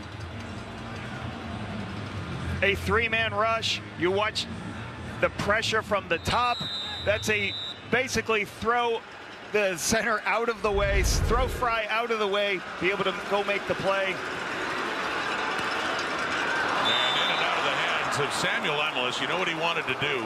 See, receivers, even the best of them, they want to turn it up and run, and they hadn't secured the football. Yeah, it's an unfortunate, you know, you take the sack, it's going to take them out of field goal range. They needed some yardage to get field goal range. That play probably wouldn't have got them in a field goal range situation.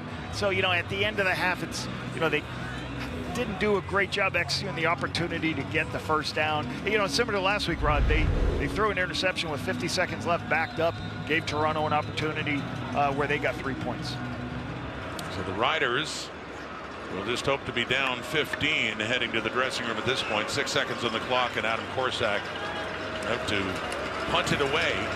The lucky Whitehead. Excuse me, Evan Holm back on the punt return again there for Winnipeg as it rolls out of bounds. And that'll be it for the half. Final play of the first half, and a very good half for Nick Dembski's Winnipeg Blue Bombers. Zach Collaros, we wonder about his health after he took that hit earlier on, but walking off in his own steam. And this big play to Nick Dembski, one of the defining moments for the Bombers. Nick last year was great. He's got the ability to recognize space and zone. You could tell Zach and him were right on the same page. When that pressure came, he's like, I'm going to run right down that seam. Zach throws a shot right down the seam. The corner can't come over to make the play. Love what Dembski's done. I love the response that these guys have done, and he's with Britt right now. Nick, your team comes out here and takes a commanding lead in the first 2 quarters. So what's going to be key to hold on to it in the final 2? Yeah, we just got to keep playing good football. You know, we're executing pretty well. We're still, you know, have some things to fix, but, you know, we just got to come out here, win the second half, and we'll be just fine.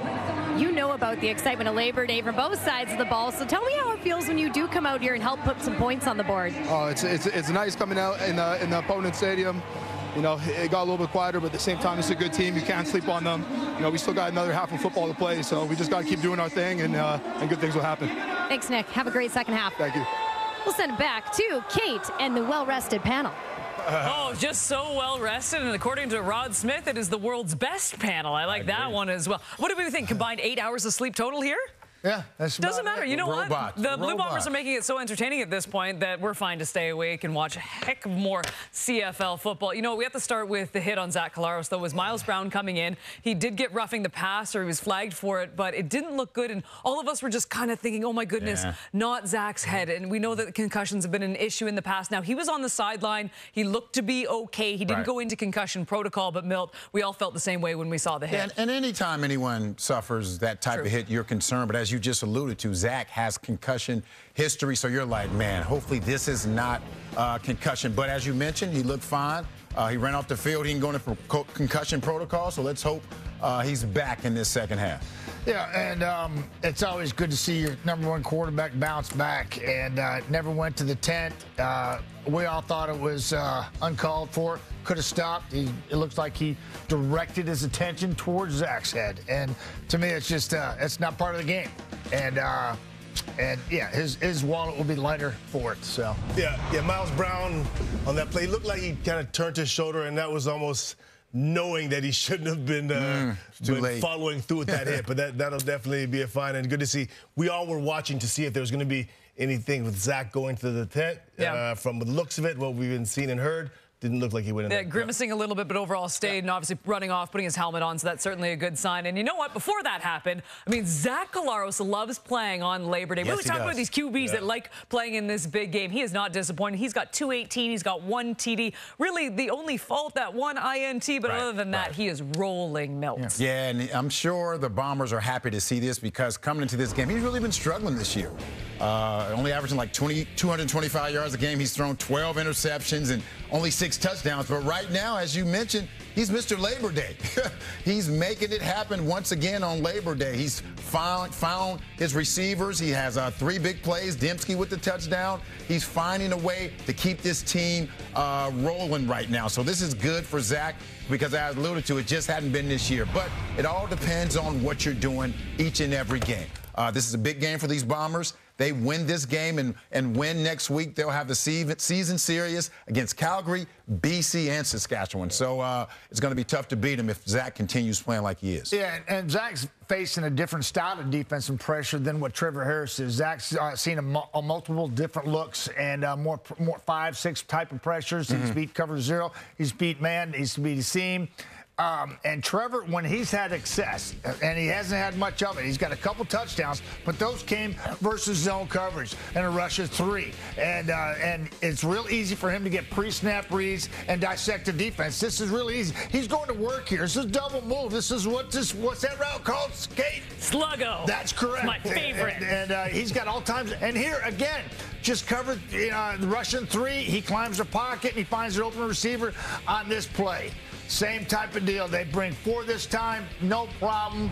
Anytime a veteran quarterback can pitch a tent back there and dissect the defense, that's Trevor Harris is going to pick you apart. He's the second most accurate quarterback in the history of the Canadian Football League. You've got to get different type of pressures on him, and they did that. The other 10 plays he tried to throw the football, but he will eat you alive.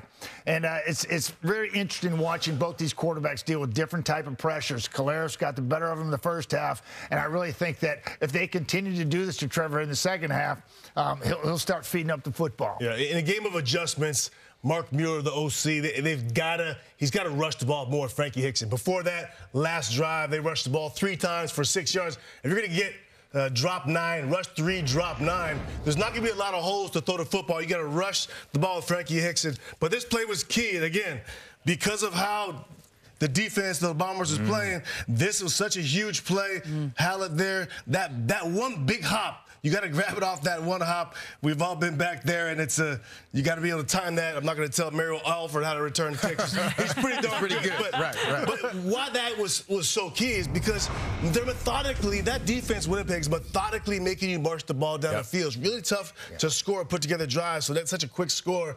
But again, I just do want to add that's, three rushes for 6 yards before that last drive, rushing 3, rushing 4, that means they're dropping 9 to coverage. There are not a lot of holes in that Bombers secondary. They got to rush. Sask has to rush Frankie Hickson in order to loosen them up. Yeah, Trevor Harris, your leading rusher in the first half. That's scary offensively when those numbers pop out. All right, you know what the best thing is? We're only a game and a half into Labor Day weekend. We still got two more games on tap. Meantime, Bombers up huge.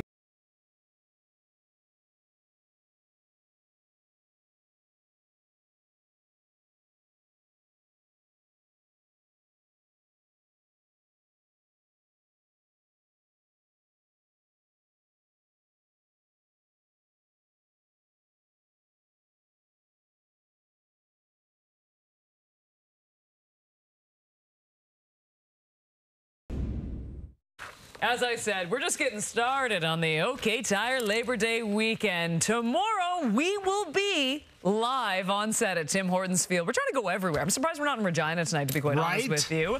It is the 53rd edition of the Labor Day Classic between Toronto and Hamilton. Bo Levi Mitchell, by the way, 6-0 in his career as a starter, but he hasn't started since 2019. And then it's the 63rd edition of the Labor Day Classic between Edmonton and Calgary. Calgary leads the Labor Day Classic Series 31-30-1. It doesn't get much tighter than that in the Battle of Alberta. Chezzy, I could sell you on both these games. Yes. I think they're going to be ones for the history books. Which one are you looking forward to the most?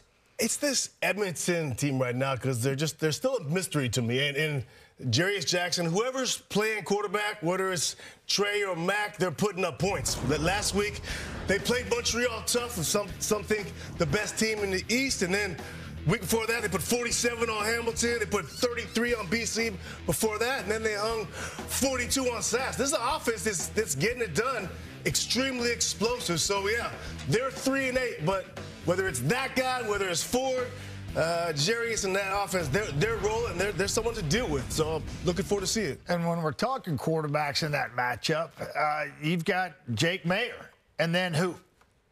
I'm not sure. Tommy Stevens, right? And Tommy just hasn't played much. And so there's a big drop-off there. So you're one play away from that bad guy. And we talk about this all the time when we look across the board at quarterbacks in these matchups, not only this weekend, but all the time. And if you go to the matchup in Toronto and Hamilton, I mean, they're in. I mean, you look at Chad Kelly coming back, right, Milt? And then who do you got behind him? You got Cam Dukes, and you got a veteran in Nick. And, and to me, that's good, right? And this is your second guy. Bo Levi starting this football game because Taylor's piles down. And to me, they've got some depth at all those clubs except for Calgary. And that's what I look at teams in their entirety and how they set themselves up. Look at the game we did yesterday.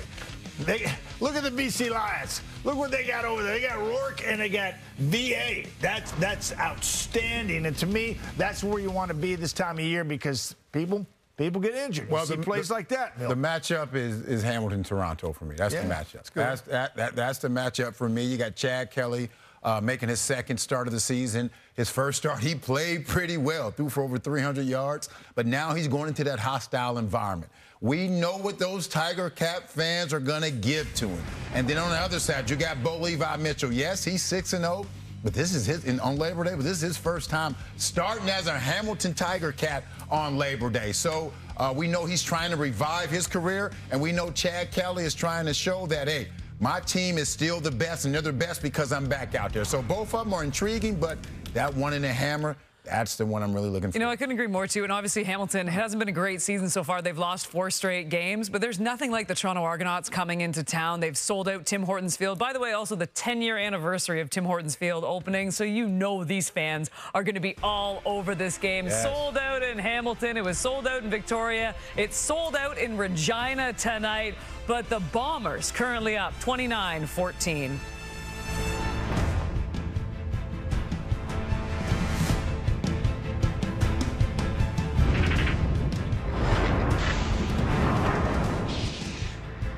In Regina and Winnipeg with a 15-point lead, 29-14. A look at the stats.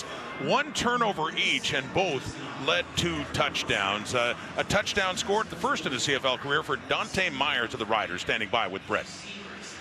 Dante, we know still plenty of time left in this game, so what was the message at the half? Leave it all out there for your brothers. We got 30 minutes guaranteed of football, and we just got to get the job done. Any means necessary, empty the tank. Just take your shot and make a play. You're experiencing your first Labor Day Classic. How good did it feel to get a touchdown in this one? We're just trying to get points up on the board. We're not really worried about who does it. So just for me, I'm just happy I can go out there and try to get the job done, get a touchdown for the team. All right, looking forward to more action in the second half. Let's do it. Thank you. Labor Day weekend brought to you by OK Tire here on TSN as it continues. The Bombers lead. That's the good news. Here's the bad news. Lapo Zach Collaros not coming out in helmet and shoulder pads. Looks like his day is done. Chris Trevor will draw it up, and now I'm sure at halftime, Buck Pierce and staff, they're trying to figure out what are the best things we can do, stay on schedule, using Chris Trevor's legs as well as his arms. Again, you just don't like to see this. You know, anytime there's a hit to the head on the player, it's unfortunate. When he was playing, he had a great half. 2 really nice explosive throws for touchdowns. Now Chris Trevor will draw it in.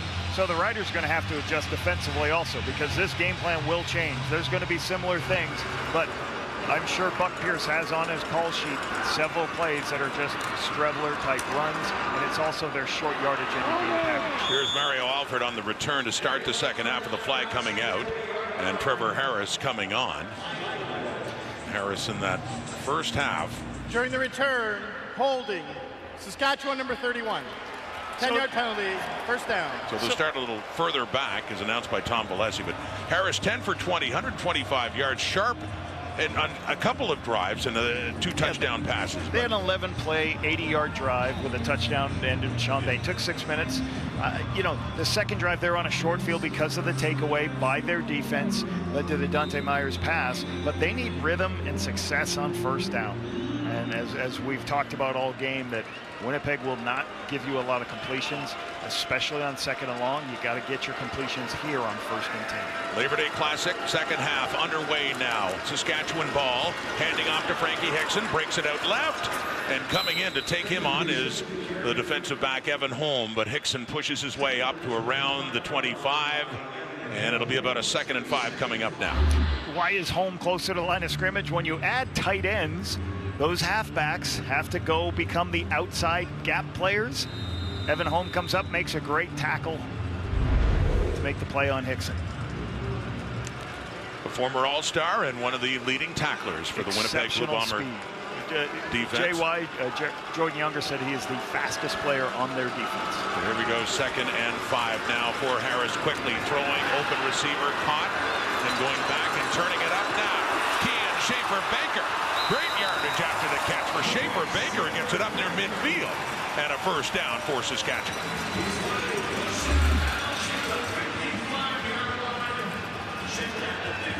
Very similar to what was happening with Winnipeg, hitting the underneath crossing routes as everybody lifts in coverage. Go ahead, throw it to a guy on a crossing route, see if these linebackers can cover. Sometimes there's too much space on this Canadian Football League field, Rod, and you just encircle all the players. And what the thing that helped them was the positive yardage on 1st and 10. Well, a gain of 27, a lot of that after the catch for Schaefer-Baker. And a 1st and 10 up at the Rider 52. Play fake, quickly throwing again to Keyshawn Johnson. Harris working faster. And another strike for a first down in the Bomber zone for Saskatchewan. I love this play action pass here. This is a quick play action where Trevor spins, quick fake, spins around to move the linebackers and hit Johnson right behind the linebackers as the linebackers step up for the run. This is the drive they need, right? Get good yardage, continue to throw the ball on 1st and 10. Play action pass was very good to them last time they played this Bomber defense. You see Zach Fry, 67, still at center. Peter Godber, their starting center, got hurt in the first half, will not be back. It's a low snap, too, and no chance after that low snap taken from Fry for Harris to get anything away and lost yardage there. So that's one of the issues when you have, that's one of the issues you have when you're playing a center who doesn't get as many reps. If the snap is bad, it's going to throw everything off. And certainly, I believe, you know, when this is going to be off on a run play, Trevor's trying to fix it by just throwing it to make it an incomplete pass, but he can't because of the pressure off the edge. So it's super crucial that these snaps continue to stay in a position where the quarterback can operate. Fry had to move to center from left guard. Noah Zur in at left guard then for the Riders now. 3-man rush. Little pump fake. Harris had the time, but running out of it quickly, and that goes incomplete on to 2nd and 12. So a 3rd down now coming up for Saskatchewan. And you can see what Jordan Younger's trying to do here. There's 3 people only rushing the quarterback. Why? Because they're using everybody else to cover. So now Trevor doesn't have any place to throw. When he doesn't have any place to throw, he goes to scramble. Their change of game plan is Nick Hallett is now chasing Trevor. He steps up and makes the play. So they're using multiple defensive backs, Rod, in this scheme on 2nd and long. And this is a long attempt for Brett Lother. 55 yards away. He tried a 57-yarder and missed on that earlier this season. It's good. Long field goal for Lother, his first of over 50 yards this season. A 55-yarder and 3 valuable points for the Riders. Trying to cut into that Winnipeg lead. They do there, courtesy Brett Lother.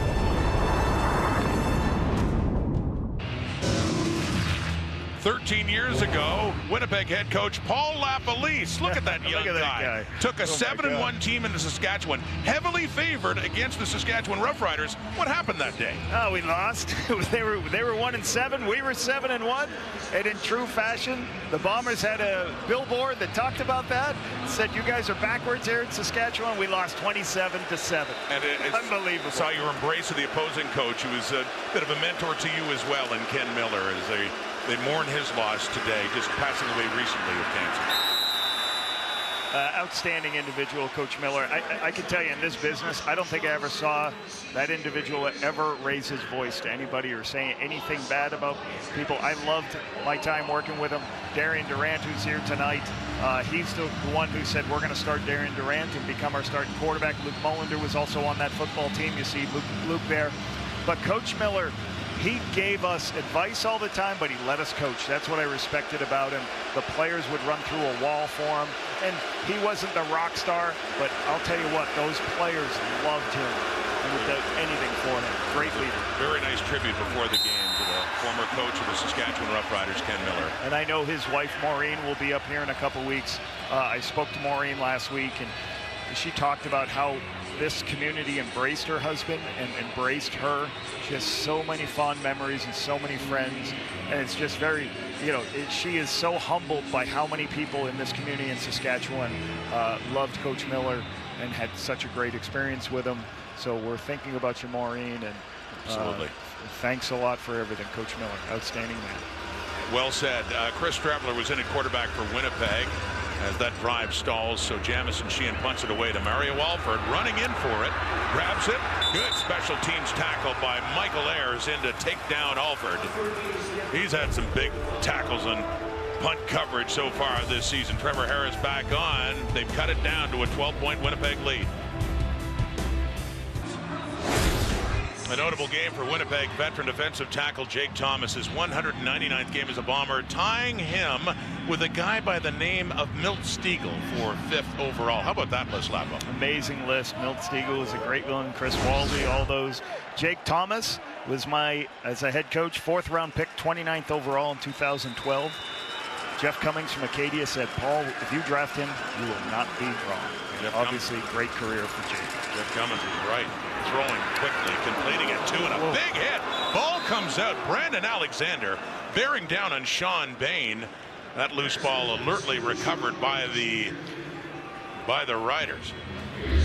I asked Jordan Younger, about defense coordinator of the Bombers, about all his defensive backs, and he said one thing about Brandon Alexander is physicality.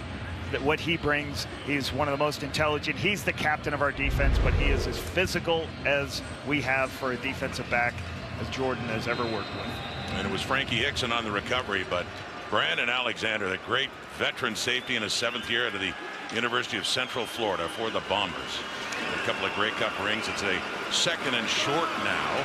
In and short yardage is Shea Patterson, who started 6 games at quarterback for the Riders earlier this season when Trevor Harris was hurt, but Harris will come back on again after Patterson picks up that 1st down for the Riders. Back to Brandon Alexander in the 2019 run to the Grey Cup when I was working with the Bombers. We had struggled in a couple of games. We made a change at free safety, and we went with an extra American in the back end. And as soon as we solidified Brandon Alexander in that spot, we looked different on defense. And he was a catalyst for us to lead us to that Grey Cup championship in that time. So a 1st and 10 now for the Riders. Trevor Harris. He steps up. He takes off again. His 3rd rush this game. It's across midfield. Crowd's not liking it. It's a late slide. He slides late. Celestin Haba moving in on him.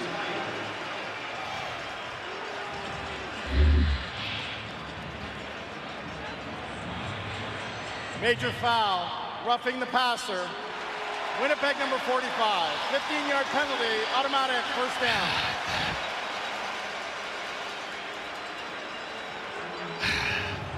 Here's what I would say. I thought, the league heads talked about these quarterbacks and making sure they slide early, because what was happening is quarterbacks were waiting and waiting and waiting, and they were sliding late. And they say, well, when you keep sliding late, you're going to continue to get hit. You got to start sliding earlier. I would have thought that was a late slide that they wouldn't put a flag on, but obviously they saw that they felt it was a rough. Well, he picked up 8. Trevor Harris did, Lapo, and then add 15 more with the penalty. They're down to the Bomber 40 now. They're trailing by 12. We got a field goal last time out. Harris completes it. That's caught by Emelis down around the 33. And Tony Jones among the Bombers there to take him down, but another play to set up 2nd and short. It'll be about a yard shy as Patterson will come back on for short yardage. Watch the eyes of the quarterback. He starts here, he goes to here, and he finishes there. This is what you want out of your quarterback. I can't find anybody open to the left. I flip my hips, I start to move. Here's where my check down is, because everybody's following the quarterback's eyes. He creates space. That's an awesome execution of progressing across the field as a quarterback. 2nd and short. Shea Patterson in at quarterback. This time he takes off to the right, and he does get it inside the 30. It's Jones hauling him down, but not before another Saskatchewan 1st down. And you're usually doing these wider. I would call this a basically quarterback outside zone, because the farther wide you get on these tight end sets, the smaller the players are. You don't want to run into Jake Thomas. You don't want to run into the bigger guys on the inside. You want to get it out in the perimeter where they have all the defensive backs. Now, the problem is if there is penetration, you could be in a bad situation. Looks like we have an injury. So here's what's happening. So with 6 offensive linemen on the roster, and why do you carry 6 offensive linemen? Because sometimes, normally, what doesn't happen is you have 2 offensive linemen hurt. Here was what happened. Right now, the 2nd offensive lineman is hurt for the Saskatchewan Roughriders. So then that triggers, if you only have 6 on the roster, you're going to have to take a defensive player. That is Micah Johnson. Now he is going to go in and play. They'll put him at guard. Well, I was going to say, not only another injury in O-line, but another center. That's Zach Fry, who took over at center. He moved from left guard to center when Peter Godber got hurt. And now Micah Johnson comes in. He puts on the 57 jersey and comes in to play guard, as you talk about. So it looks like Logan Ferland will go in, and this will be the 3rd center for the Rider offense in this game. So what the players next to Micah Johnson have to do, and this has happened to me as a head coach several, maybe 2 or 3 times in my career, what happens is you basically are going to be telling them, hey, we're zoning to the left. Work with me. You're coming to me. All right, this is pass protection. They are going to be communicating to Micah every play on what happens on every pass play. Let's see if we can see what happens to him. The center, 67, Zach Fry. When they got injured on that play. Right down there in the middle. Seen him extending his right leg, but his leg's out where they get rolled over. But this is going to be now very difficult. You'll see Micah here at right guard. He's going to get these practices, reps at this every once in a while. Patchwork offensive line now for the Saskatchewan Roughriders, down, needing points, moving the ball, and a good gain on the ground. Right up Micah Johnson's way. Pick up there by Frankie Hickson, running right in behind. Look at that guy right there. So the one thing he does, he has some girth. What does he do? He just pushes down the line of scrimmage. He takes Woods and moves them. They cut behind him. So the O-line are telling you, we got your back. We'll tell you what to do. We're zoning to the right. We're zoning to the left. He's going to get probably minimal practice reps of this, if sometimes even just a walkthrough the day before the game to go through these scenarios. We were joking with Corey Mace earlier about Micah Johnson, how he came to the Stampeders as a rookie. He'd been a linebacker. He didn't want to be a defensive lineman. That worked out okay. And so does this for Hickson. He picks that up and he gets it down, and looks like another first down. It is for the Saskatchewan Roughriders. So Micah Johnson was convinced to be a defensive tackle and an excellent one, and now he's getting a shot in the offensive line. Status quo. Throw checkdowns when everybody lifts, right? Be in manageable situations with the run game allows you to keep getting first downs. Let's get a look at our pass protection. What helps him is just get a wide body, put him, they're going to try to put him what's called the slide side, where he has help by the center. Try to do that as much as they can so he's not by himself in pass protection. Down inside the 23, or inside the 20, I should say, and that one short yardage picked up. Not much there for Frankie Hickson that time around. Second and long coming up. The thing this does also hurt is it hurts the opportunity for Micah to go play on the other side of the football. And he's going to get a lot of time with the offensive line coach after these series. So that'll be interesting to see on the sidelines whether Micah is even utilized at all as a defensive lineman, or they just say, hey, stay with the O-line, spend time with the coaches, watch film as they're looking at their iPads on the sideline. Not the first time that Micah Johnson's been called into this situation this season.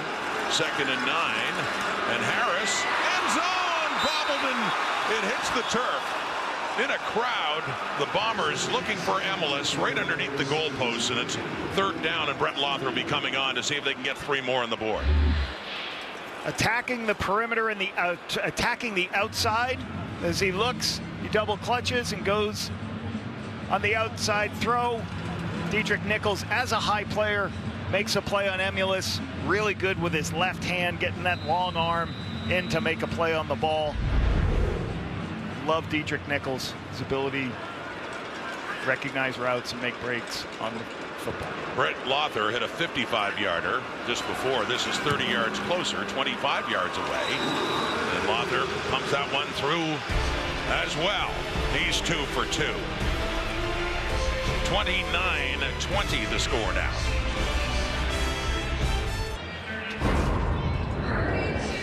Late in the first half, this is what happened to Zach Collaros. Back to pass, and then he was hit after he got rid of it by Miles Brown. His helmet caught Collaros' helmet as well. We have not seen him since. Let's get an update now from Brett.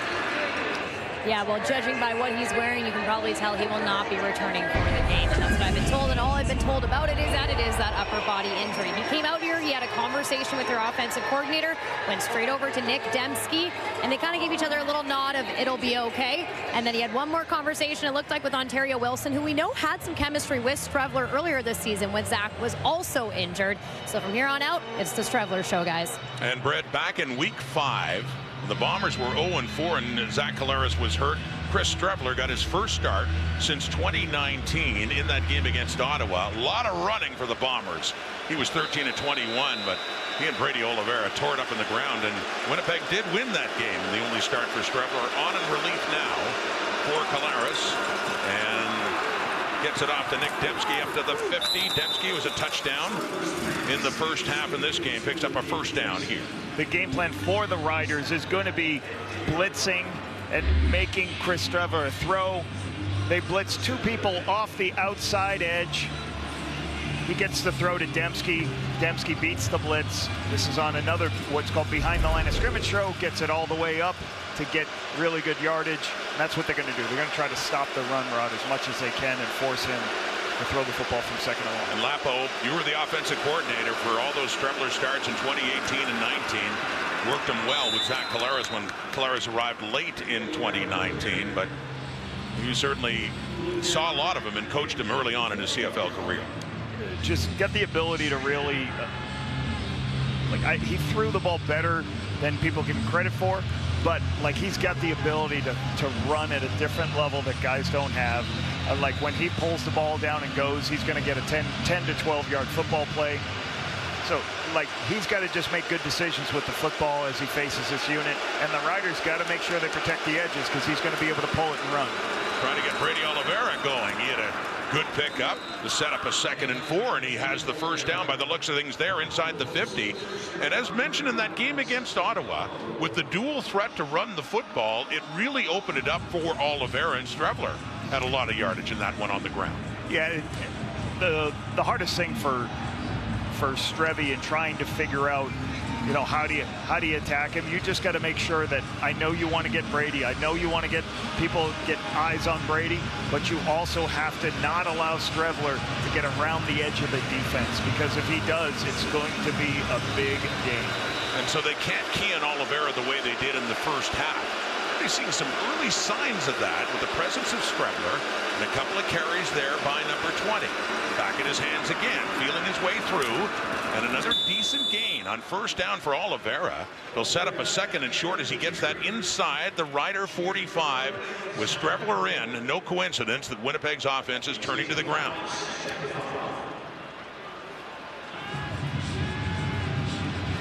Yeah, with 92 now, with Micah on the sidelines as a full-time offensive player, you're not going to get him in. Caleb Sanders and Miles Brown are going to have to respond and be the big players on the inside to stop these counter runs and all these runs that the Bombers are doing. So they spot it at the 45, so it's a 2nd and 5. Strevler in at quarterback with the injured Zach Collaros for Winnipeg with a 9-point lead. Faking the handoff, and Strevler will run. Wants to find the edge, and a good job by Roland Milligan. What a season he's having to come in and prevent Strevler from any chance at all of picking up that first down. This is what I was talking about. They're going to keep everybody inside. They're going to pull people around to let Strevler get out on the perimeter. But watch the speed of Roland Milligan coming off from his high halfback position to make that tackle. Can't say enough about how spectacular his football play has been this season. So that'll bring on Sergio Castillo for his first field goal attempt of the night. Bombers have 4 touchdowns and 1 single off a kickoff. No wind.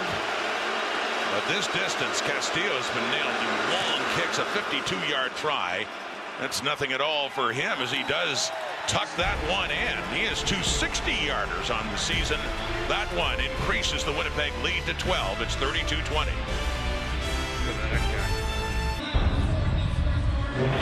Normally Micah Johnson would have been on defense last time around, but he switched uniforms and getting some advice now for the offensive line. Let's go back to Brett.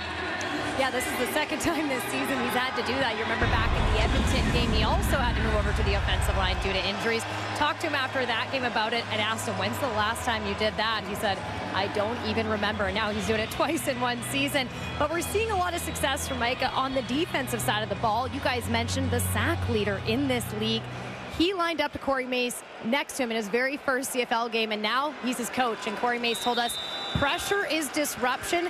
Sacks will come after that if you disrupt, and that's why you see success from Micah Johnson, because he's a disruptor out there. And now trying to prevent the disruption, Brett. And that's completed. Riders with the football, and Micah Johnson in on the offensive line. That's Samuel Emilus, and that pickup on first down. So why people have this question, like, well, why don't you have a 7th player? This is what coaches are always dealing with as a head coach or a special like teams a second coordinator. Offensive lineman. Yeah, why don't you carry 7 offensive linemen? Because you can have another special teams player. Right. And the odds that this happen, they don't happen often, and you don't want to play 16 out of 18 or 18 out of 18 games and have a player who's on the roster doesn't step on the field. That's why you go with 6 sometimes, keep a better special teams player on the field. 2nd and 8 now. Trevor Harris over the middle. It is almost intercepted, nearly caught by Schaefer Baker, but then it popped out, and Brandon Alexander regretting a missed opportunity to get himself an interception, but nonetheless 3rd down, and the Riders will have to kick it away. We talked about the speed of Evan Holm, and he closes and makes a play on this. This is a post in the middle of the field because there's space there, but Holm's ability to close, his speed, is what gets involved to make the play.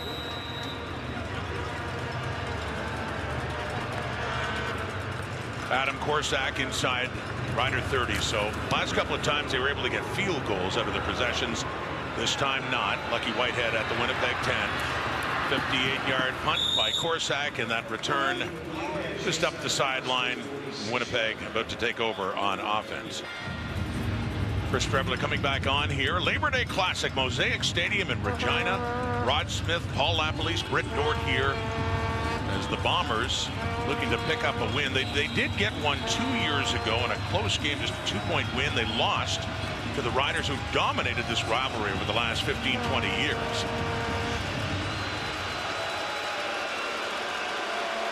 But it is Winnipeg in the driver's seat right now. Strebler in for the injured Zach Collaros. Clock ticking down.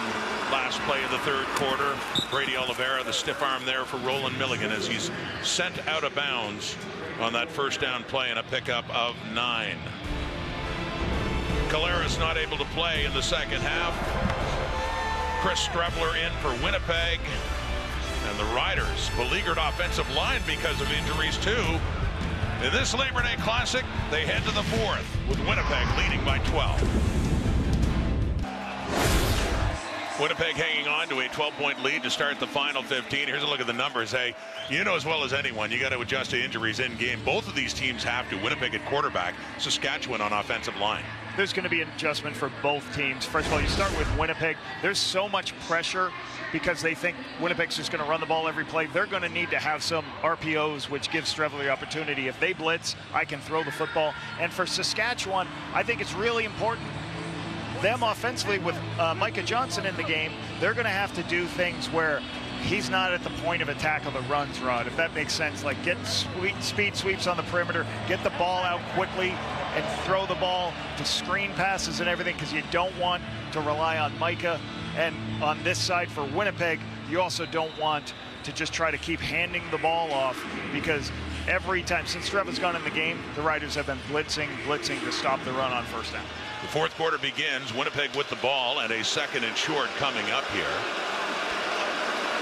Chris Strebler, short yardage quarterback, and his natural situation there to push a bit to the right and pick up that first down. Strebler throwing the ball in the second half, 2 for 3 for 19 yards. So, Lapo, you talked about it. See how much Winnipeg protecting a lead too and wanting to run that clock down, but 12 points they lead this one. See how their approach to the offense changes.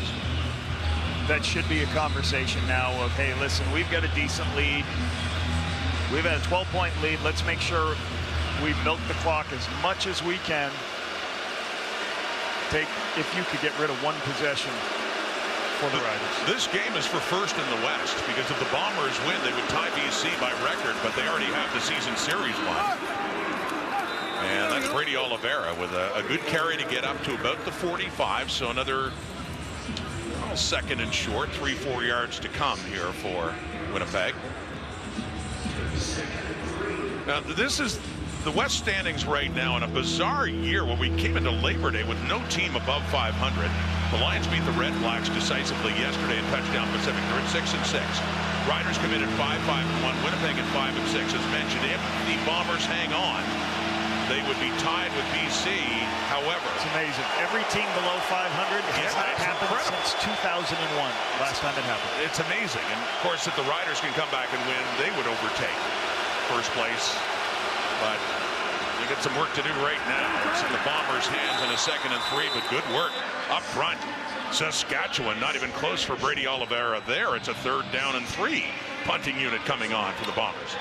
You can see them going after Miles Brown and Caleb Sanders with Micah Johnson now playing offensive guard, and really good push up front and that's the hard part. When you run the ball on 2nd and 3, you just hope to get 2 yards so you can get to 3rd and 1, Rod, and you can still do the wedge. But great stop by the interior front of that Riders defense. Oh, Saskatchewan could use a big special teams play. They got the guy back there who can certainly do it, and Mario Alford.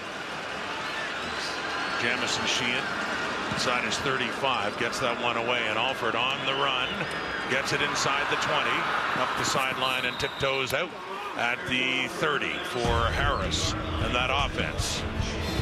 Down 12 points. Micah Johnson, offensive lineman, getting ready to go to work again. Hey, it's Willie Jefferson, number 5 for the Winnipeg Blue Bombers. Patterson, pressure coming. Can he get away? No, they'll get there.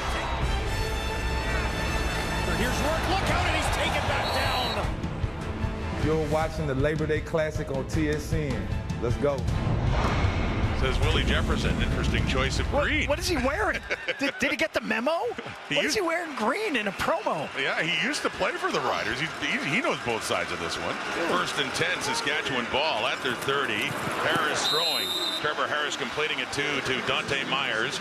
At his first CFL touchdown earlier back in the first half. But Willie Jefferson starring wherever he goes. Started his career with Edmonton.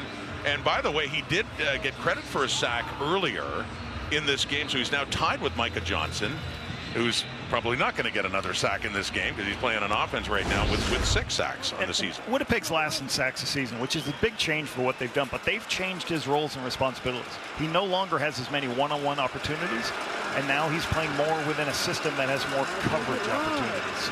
4-man rush Harris. And he gets away for a moment, and that one goes. And what I mean by that, Rod, is, well, Jordan Younger, defense coordinator for Winnipeg, he wants to commit more players into the coverage. So the quarterback has no place to throw the football. Well, when you commit more players to the rush, that would have given Willie Jefferson more opportunities where nobody can block, where he ends up blocked one-on-one. Now when they rush 3 players, they're going to double Willie Jefferson. It's going to be hard for him to get one-on-one opportunities. That's why some of his numbers are down, but that's why you cannot complete passes against this Winnipeg defense because they have more players covering the pass. Second down and 10. The 41. Over the middle. It's caught, hanging on, taking a hit from Reddick Cramdy. That is Myers with a big first down for Saskatchewan. Rod, I got to get my eyes right because you know what I'm watching? I'm watching Micah Johnson this whole game. But there's a double move on Bonds. You attack his outside leverage and then you bounce back in. You hope you get this throw before the safety can make a play. They do get it. All right, and that's what you got to do against this Winnipeg team. You got to attack the corners with double moves and try to run by them whenever you can. But I'll tell you, Micah Johnson, really good job blocking Adam Bighill on the pass protection.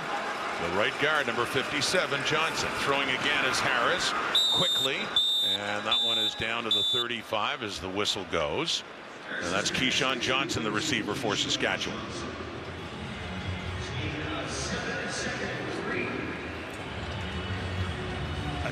I like what they're trying to do. They're mixing up what they're doing. They're having some rhythm. We talked about this at the start of the half. Can they get back to rhythm football? Mark Mueller, you know, he's under it because he's got to figure out how many calls can I make. He's going to be throwing out any special plays, any trick plays are going to come out of the game plan because Micah obviously has not had any of those reps, and you don't really want to put him in that situation. Second and 3, quickly to the right. That's caught. Keeping his feet is Johnson. Another big first down for Saskatchewan, working it down towards the Bomber 15. Little fist bump there from Trevor Harris. Trevor Harris's ability to throw the ball on the perimeter with speed and quickness is what Winnipeg was worried about. Quick throws on the outside. And another nice block by Micah. Just staying in. Basically going to tell him, hey, you keep your feet in front, you take those long arms you have and grab onto those defensive linemen going to rush you. Winnipeg 16, Saskatchewan's down there. They're pressing. They're down 12. Handing off, Frankie Hickson working his way down to about the 12. Wrestled down there. We're in the 4th quarter. We're under 9 minutes to go. Bighill making his presence felt. This is one of the things they like to do. They like to they pressure off the edge, and that forces a handoff, and then Bighill is there to clean it up and come over the top to make the tackle. Great to have Bighill back. Yeah, for their ability to stop the run. Missed last week, Lapo, and a little surprise. The hamstring injury healing quickly as he's back in. What a force he is for Bomber D. Quickly again to Johnson inside the 10, down to about the 6-yard line. And depending on where they spot this football, we could be talking about a 1st and goal coming up here for the Riders. It is indeed a first down, Saskatchewan. Once again, ball out immediately, throw underneath the coverage. Johnson just turns north-south and gets the yardage. And And if you get any yardage on first down, this is where you're at. What's really helping Micah Johnson is so much three-man rush by this defense. He doesn't have to really pass protect against anybody. Riders knocking on the door, needing a touchdown. Little pump fake. End zone, touchdown! Johnson again!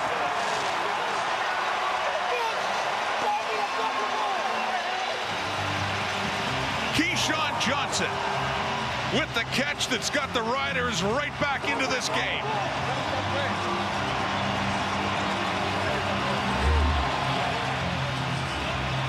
Willie Jefferson versus Micah Johnson, but the ball's out quick. You got a double team on there. Terrell Bonds, you run a lot of slants at the goal line. So they fake the slant, and then they do the sluggo. Slant and go, Rod, goes to the back of the end zone. Terrell Bonds jumps the inside move. Great location by the quarterback. Great throw and catch. And the third receiving touchdown for Keyshawn Johnson from Trevor Harris. They connected last week in Toronto. This is big, though. It gets them that much closer after an 8-play, 70-yard drive.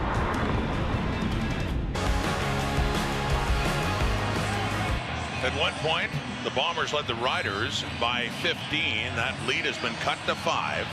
Johnny Augustine back for the kick return, along with Lucky Whitehead.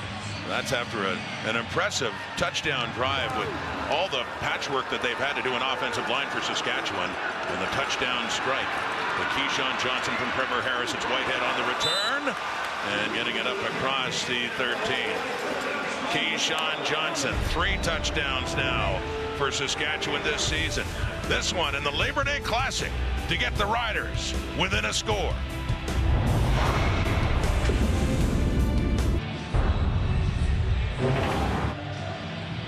Terrell Bonds, he looks at the quarterback. Some coaches teach players to look in 3-step through the drop. So he jumps that slant, but it's not a slant, it's a slant and go. So he's eyeballing the quarterback. Trevor nods his head, and then he cannot recover. So great game planning by the Riders offense. That's what happens when you look into the backfield as a defensive back. And that has put some life back in the crowd here at Mosaic. Chris Trevor throwing, and it's caught too. To his friend Drew Wolatarski, and a good pass there by Strebler to buy the Bombers some space, moving it out across the 45. Diagonal, and a deep dig.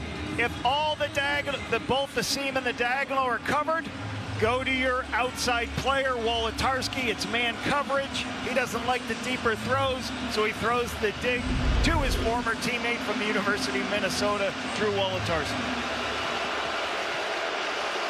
Pick up a 17, Wolatarski up to the Winnipeg 49. Bombers can feel some pressure now. Saskatchewan coming back to get it within 5. So handing off to Brady Oliveira. That dual threat to run the football.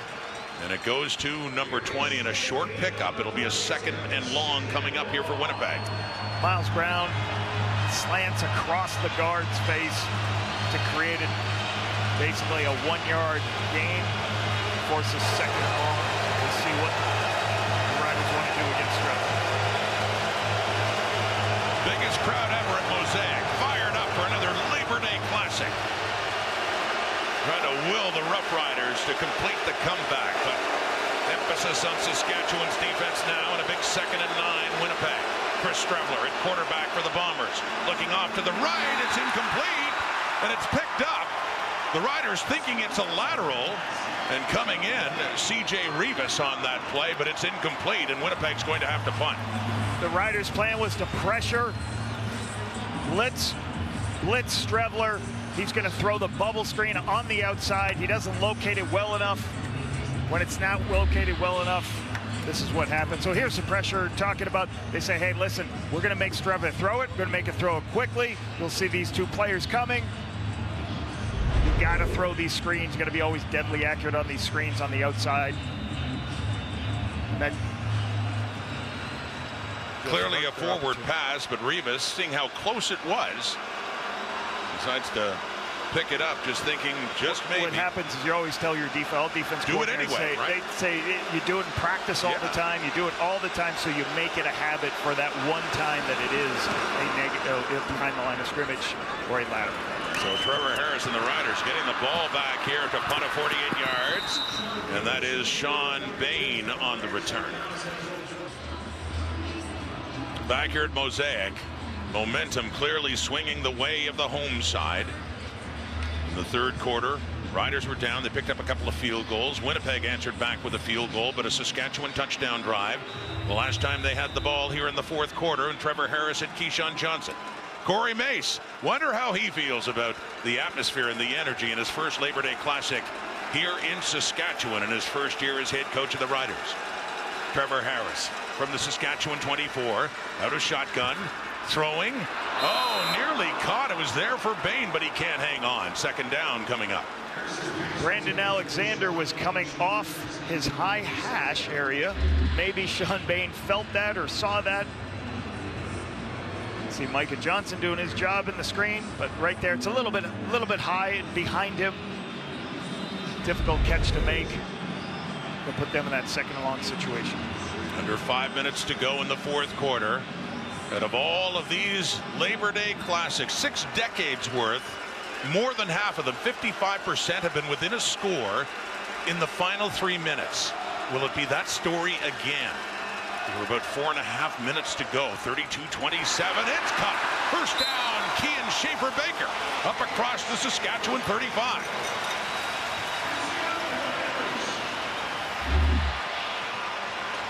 A dig, which a 12-yard in route. They move Hallett out of the way. Schaefer-Bacon's a big target in the middle of the field. Great timing and throw by Trevor. Convert that second and long.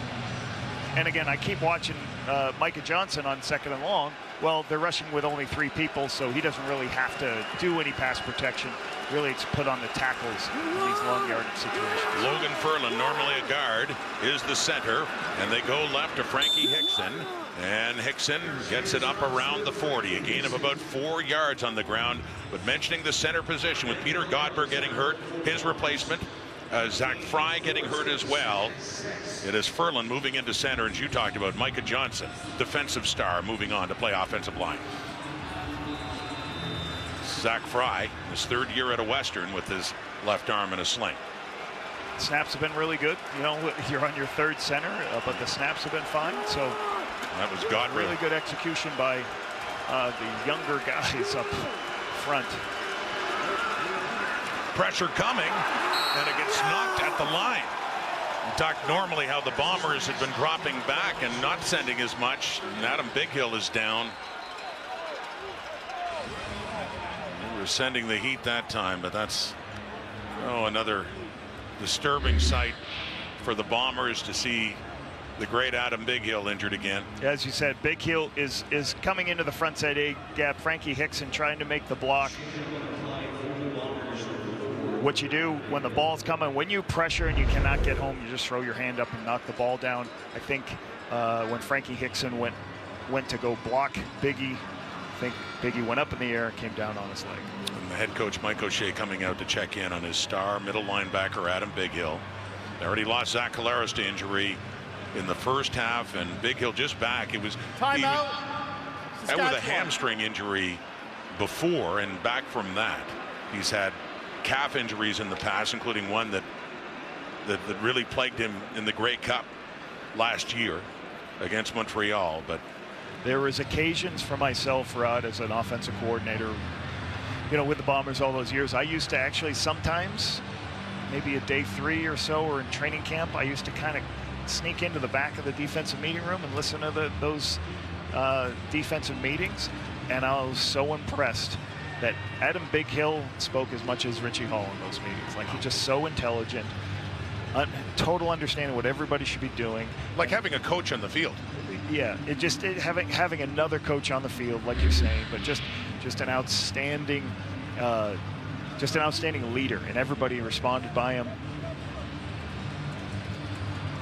And he was tied up with Micah Johnson, seeing him spin out to the right and grabbing the left leg area. I don't know. Frankie Hickson went in and looked to try to cut him to slow him down, and looked like that's what originally hurt him, and then when he landed on it. For the injury issues he's had, and applause here all around here at Mosaic for Adam Bighill, but it's been tough. Missed a couple of games this year with injuries and barely put weight on that, favoring the left leg, and Zach Collaros coming out to say a few words to him as well. But two of the biggest stars, not only this year for the Bombers, but the last few years in this generation of winning. Collaros and Bighill both out. They have forced the Riders to punt for Adam Korsak. Winnipeg still hanging on to a 5-point lead, and Lucky Whitehead is back inside the 30. Running off initially to the right and then back to get this one at the 20. Whitehead breaks through. Good return. Still on his feet. Lucky Whitehead gets it up near midfield for Winnipeg for Strebler and company to come back out. A 32-yard return. Longest return of the season. Lucky Whitehead in Winnipeg. Best thing Lucky Whitehead does is he catches it. After the catch, he just gets north-south, jumps right inside here. And there's a big wall created. Really good work. Just keeps pushing it north-south. Some of those returns to the wide side of the field, Rod, they look great, but there's just too much space and they get run down. You like to go straight north-south when you can, get the big return. And let's face it, one of the big changes the Bombers this year compared to last is no Janarian Grant, and Whitehead is the 4th different returner. Winnipeg has tried to see if they can add some spice to that return game. Play this year. You're right. Yeah, missing that explosive play. Last play before the warning, and it is Nick Dembski breaking through, and good after the catch by Nick Dembski to get up close to another first down. He is in Saskatchewan territory. Love it. Get the ball to him on the perimeter. Let's go. Get around the defense. Can't wait for the end of the game, Rod. For many years into the 1980s, CTV was a big part of CFL broadcasting, and CTV is back. For the Banjo Bowl, these two teams to get it started on CTV's coverage for the balance of the season next Saturday in Winnipeg. What a way to start with these two rivals about to renew after this Labor Day clash. All those games on CTV, including East Final, East Semi before that in the Grey Cup. Labor Day Classic. Like, look at this stadium, sold out crowd. It's great. This is what is so great about the Canadian Football League. And once again, within a possession, within a score, heading into the final 3, 2:20 on the clock. Strebler handing off to Brady Oliveira, and charging in. And that's DeMarcus Fields, defensive back, who is now, he was slow to get up. He's down again after a big hit to stop Brady Oliveira. He got the worst of that, although he limits Oliveira to just a 1-yard gain. Brady's going to wind back all the way across the formation. As he starts to wind this back, there's a free defensive back. Fields is there to make the tackle. Right, squared shoulders. It's hard to. Brady's going to have a low center of gravity, so when Brady's going to hit you, he's going to have his shoulder down, and really going to deliver a blow. He's going to be the hammer, not the nail, Rod. And yet, a good stop by Fields. He did pay the price. The sacrifice there for the Rider defense, as he is still down and getting some attention from the medical staff. Yeah, that's the hard part, trying to figure out, okay, the previous 1st and 10, what they do, they threw it out to Dembski when everyone expected the ball to go to Brady. Dembski makes somebody miss, first down. Now you're still trying to establish the run, but this is what creates problems when you can't get any yardage. Now Strebler's sitting at a 2nd and 9. Whether they pressure him or not, we will see. That's what they did last 2nd and long. There was a pressure to Strebler. What are they going to do this time? At stake this Labor Day weekend, first place in the West. The winner tonight takes over the top spot. Strebler stringing him out, taking him down. Malik Carney to force a 3rd down now, and what would appear to be a field goal situation coming up for Winnipeg. So there is another blitz. That's Saskatchewan's plan. They were going to blitz the quarterback, but as they blitz the quarterback, you're going to get 3 people coming besides the down guys. Well, Winnipeg's running a quarterback draw, so they're going to have everybody blocked. They just missed the block on the perimeter, and then Carney gets off. So you say, well, why is that? You know, it's 2nd and 9. Why aren't you throwing the ball? Why? Because they want to help the field goal range. They didn't want to lose any yardage getting a sack. They wanted to be in a better position to get as much yardage to help Calvillo. This will be a 56-yard try by Sergio Castillo. He's 8 for 10 this season from 50 plus. Right down the middle and good again. Remarkable distance kicker in the Canadian Football League is Sergio Castillo, who pads his resume earlier this season at 2 of 60 yards. Barely missed earlier this season from 61. And he has 2 over 50 yards. He's 2 for 2 tonight. And a big 3 to make it an 8-point Winnipeg lead. And Rod, what I could say about Castillo and some of the great kickers obviously we have in this league now, with the rule changes that the league has put in place the last couple of years, and I know there's kickoffs now in the last 3 minutes, but through the course of a football game, when you can take the ball now at the 40-yard line for a majority of the game, you only need 2 first downs for some of these 50-plus field goal kickers. So that's one of the reasons I think there's more kicks. And, you know, the league has said, hey, we want to make sure there's more scoring. Well, they put the ball at the 40-yard line a majority of the game, except for the last 3 minutes, has really been something to be able to take the ball at that point. 2 first downs, all of a sudden you got these great kickers, put you in position to get a field goal. Well, he is a 56. Remember, Brett Lothar had one from midfield, 55 yards earlier for the Riders. I had it with Justin Medlock for 4 years. Like, we just get a couple first downs and we're going to kick a 50-yard field goal. Got a leg like that. So Saskatchewan ball, and taking it, Thomas Bertrand-Hudon right at the goal line. And Bertrand-Hudon, that return gets it up to the 20. It's still a 1-score game. The Riders trailing within 8 points, though, and Trevor Harris coming on. And it's getting critical now for Saskatchewan.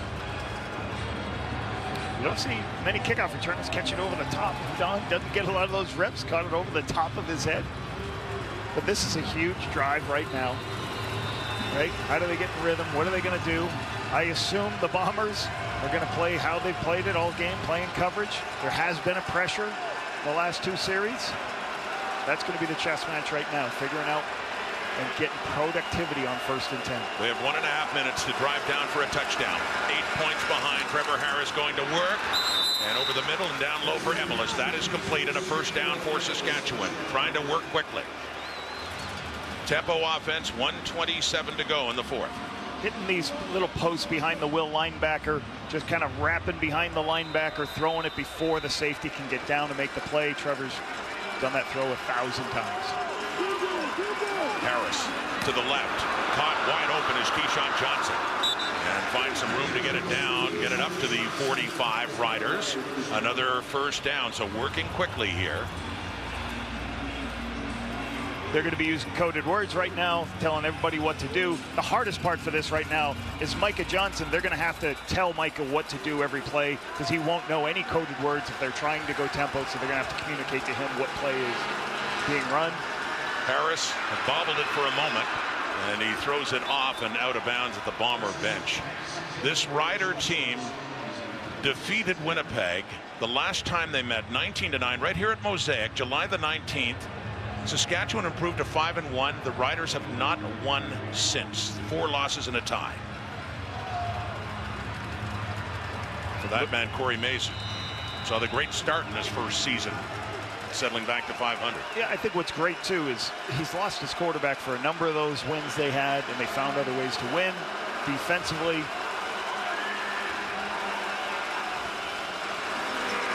And 2nd and 10. Caught again. Cross midfield, Schaefer Baker. Another Saskatchewan first down. Attacking the outside, getting that throws where he knows he can take that kind of one-on-one throw on the perimeter. Makes the throw just in front of Terrell Bonds. And again, they're going fast, trying to call it. Willie Jefferson's now aligned over the center. So they're trying to get a mismatch on a young center with Willie Jefferson. And that one is caught by Johnson. Once again, Harris working quickly and getting just enough yardage again. An impressive drive here. Oh hum, just another dramatic finish for the Saskatchewan Roughriders, who have had a slew of them so far in 24. A little bit too much rhythm right now for Trevor Harris. This is too easy for him. Will you see some pressure from the Bombers? Harris has thrown for 326 so far. And he completes that one again. Coverage was there.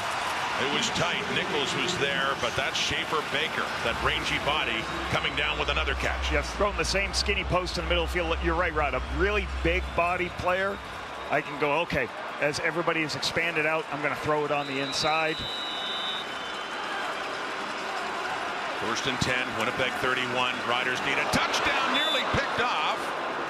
That was Tony Jones, the first one who had a shot at it, aiming for Emelis, but just off the fingertips of Jones. Tony Jones is going to be working out into this flat.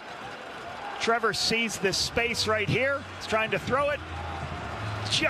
Gets his hand on, just about to make the play, but forces a second along anyways. That would have ended it.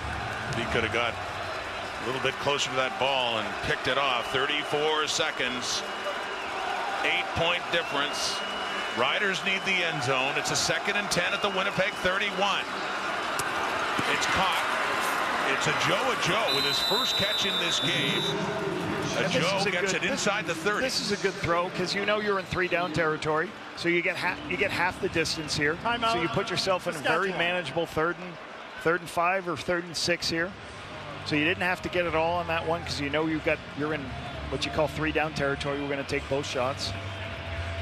But now they got to get 6 yards here.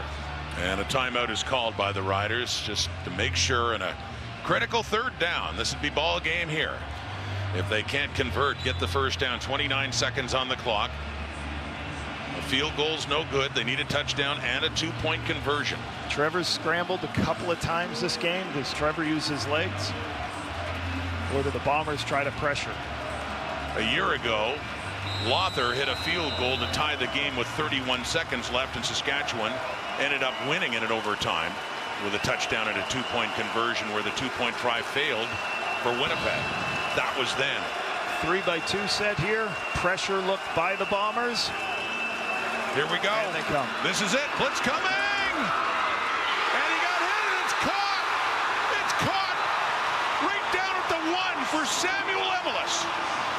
With Evan Holm there, Harris hit it, he threw the ball, and Emelis with a big catch here for the Riders. Unbelievable at the 1-yard line making that play. The Riders added into their protection to give them that opportunity to get that spot. Spectacular throw and catch. That's what you do when it's cover 0, Rod. When there's what is 0, no deep safety, you put the ball in the middle of the field. And it looked like they're checking the replay to see if he landed breaking the plane. But no, it was down at the 1, and so they'll run this play in short yardage here. Touchdown, flags out.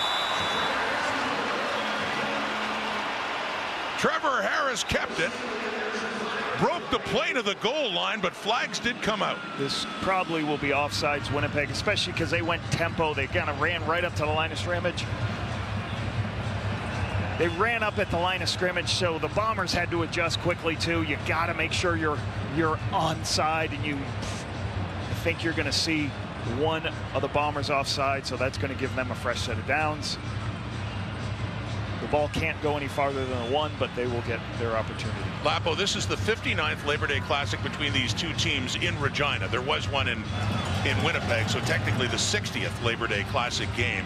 Only one in history has gone to overtime. That was last year. If the Riders, assuming this penalty is against Winnipeg. The previous play is under review by the command center. Well, let's have another look here. There it is, right in the neutral zone. Okay. Now they're checking to see whether it was a touchdown. And I believe that'll be clearly a touchdown. He just needs to get the front plane of that thick goal line, and easily does that. Command center will be able to see some of these angles and tell us whether it's a touchdown or not. So as mentioned, only one of these Labor Day Classics between these two has gone to overtime. That was a year ago. They're a 2-point conversion away, by the looks of things, to tying this one. 14 seconds on the clock. After review, we have a touchdown. Offside, Winnipeg will be declined.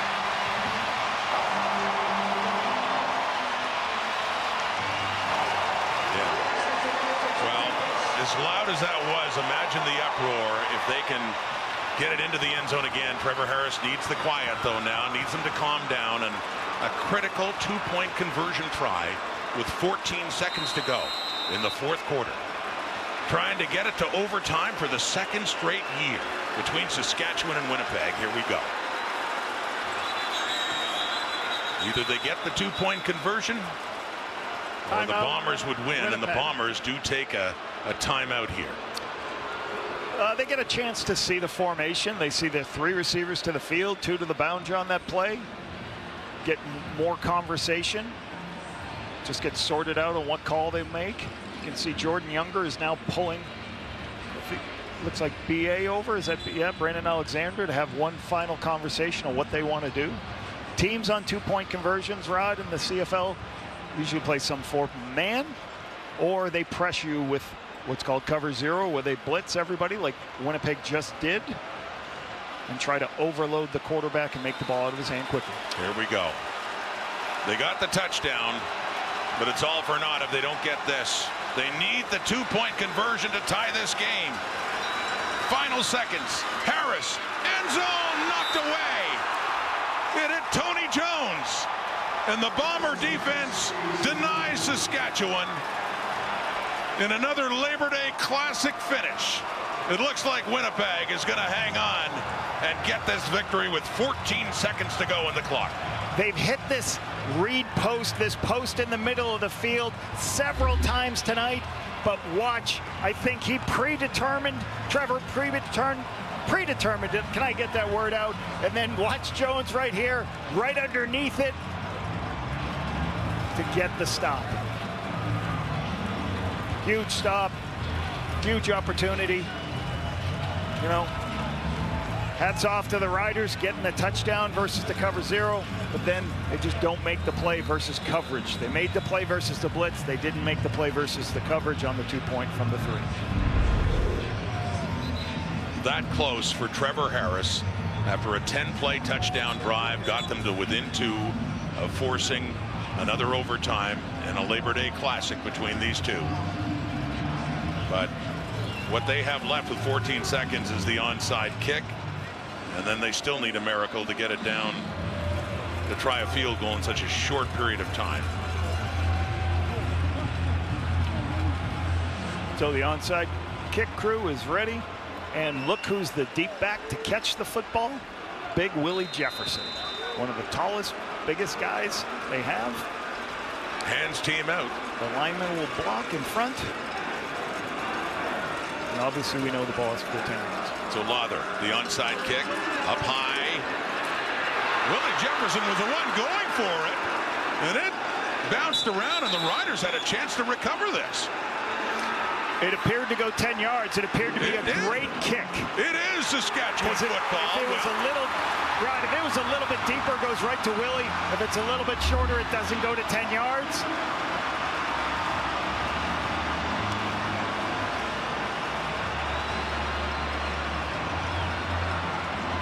Really good penetration. And what I mean by penetration, you got guys running through, going to make a play. There's Milligan right there, the player of the year so far in the CFL, right? You got to block him so Willie can go get the play. Another brilliant special teams play by Roland Milligan, arguably the defensive player in the year so far.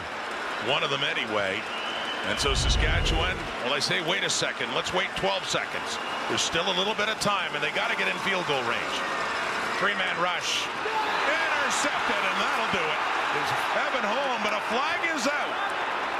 A flag is out after the pick by Evan Holm, and Trevor Harris is pointing that it's against Winnipeg. How big a flag would this be?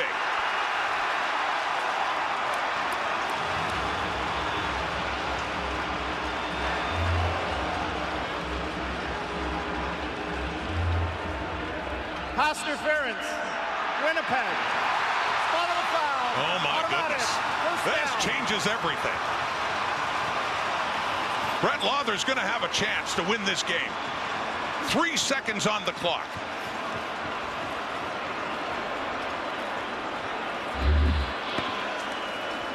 This, I believe, is what the collision is. Downfield, saying that's who they were throwing to.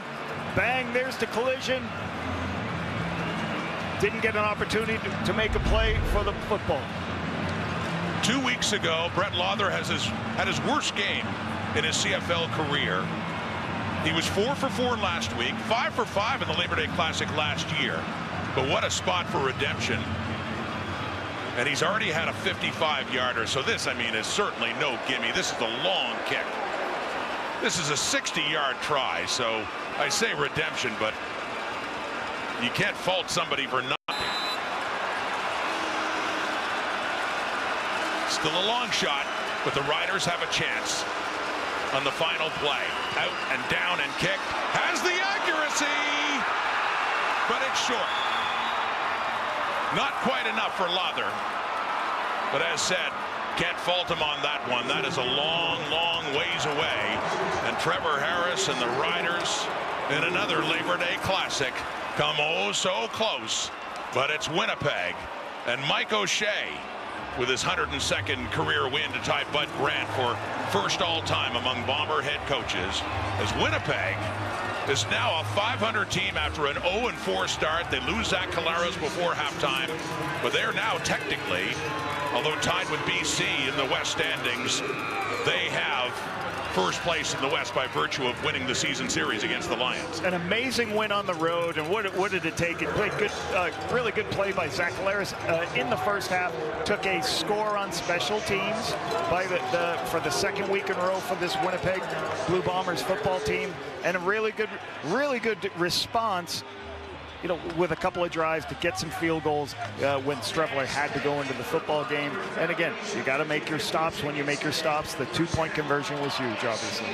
Well, it was an admirable comeback by Saskatchewan with the injuries they dealt with, and certainly Winnipeg dealing with theirs as well.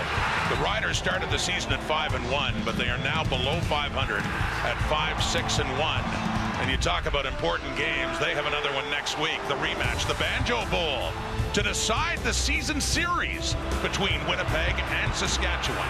OK Tire Labor Day weekend. A doubleheader coming up tomorrow. Thank you for watching this Labor Day Classic from Regina. SportsCenter is next on TSN.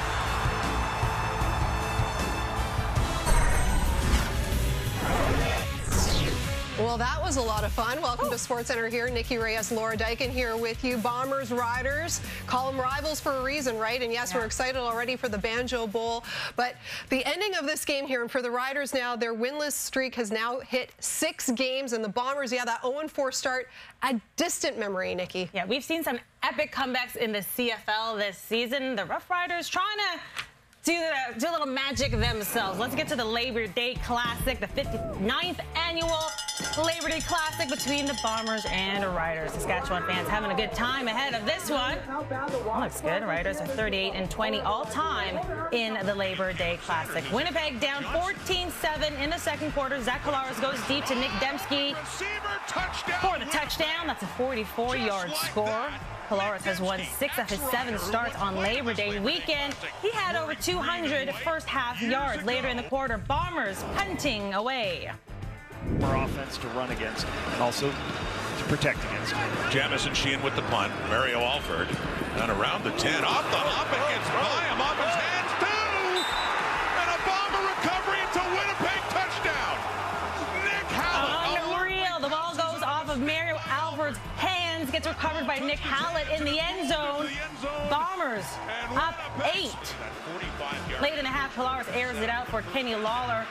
Gets the pass interference flag, but Collaros took a big hit from Miles Brown on the play. Helmet-to-helmet contact. Brown was called for roughing the passer. Collaros forced to leave the game, and he did not return. So Chris Streveler into the game for Collaros. And from the 1-yard line, looks like a pass interference flag, put the ball to 1. He's going to sneak this one in. Bombers up 29-14 at the half. the touchdown. Let's get to the fourth quarter. Saskatchewan now down by 12 points. Trevor Harris fakes and finds Keyshawn Johnson for the score. That was Harris's third touchdown pass of the game. Riders get it back within 5 points. Okay, here we go. Mike's not happy. Roughrider, no, he's not. Roughrider is trying to mount the comeback. Samuel Emelis with the touchdown. That was a 10-play drive for that one. So the Roughriders, with a chance to tie it, need the 2-point conversion to tie the game. How did he come up with that? Because he needed to, Laura, and he's a professional. So here we go, 2-point conversion. Not good. Okay, now for the onside kick, Bombers, they pick it off, but there's a flag on the play. This is just mayhem at this play. At this point, the Riders recover the onside kick. Okay, here we go. With another chance. Harris is picked off, and this is where the flag is on the play because there's a pass interference that puts the Roughriders on field goal range. Brett Lawler for the 60-yard attempt to win it. It looked so good. It was so good, but not good enough. Yeah. As the Bombers, they hang on to win this one, 35-33. I am out of breath after all that. The Bombers with their 6th win of the year. They're now tied atop the West Division with the Lions. Last season, the Bombers won the West with a 14-4 record. The Banjo Bowl will go on Saturday at 4 p.m. Eastern, 3 p.m. Central. That game will be part of a triple header that day. Okay, with more now, here's Kate Burness and the panel.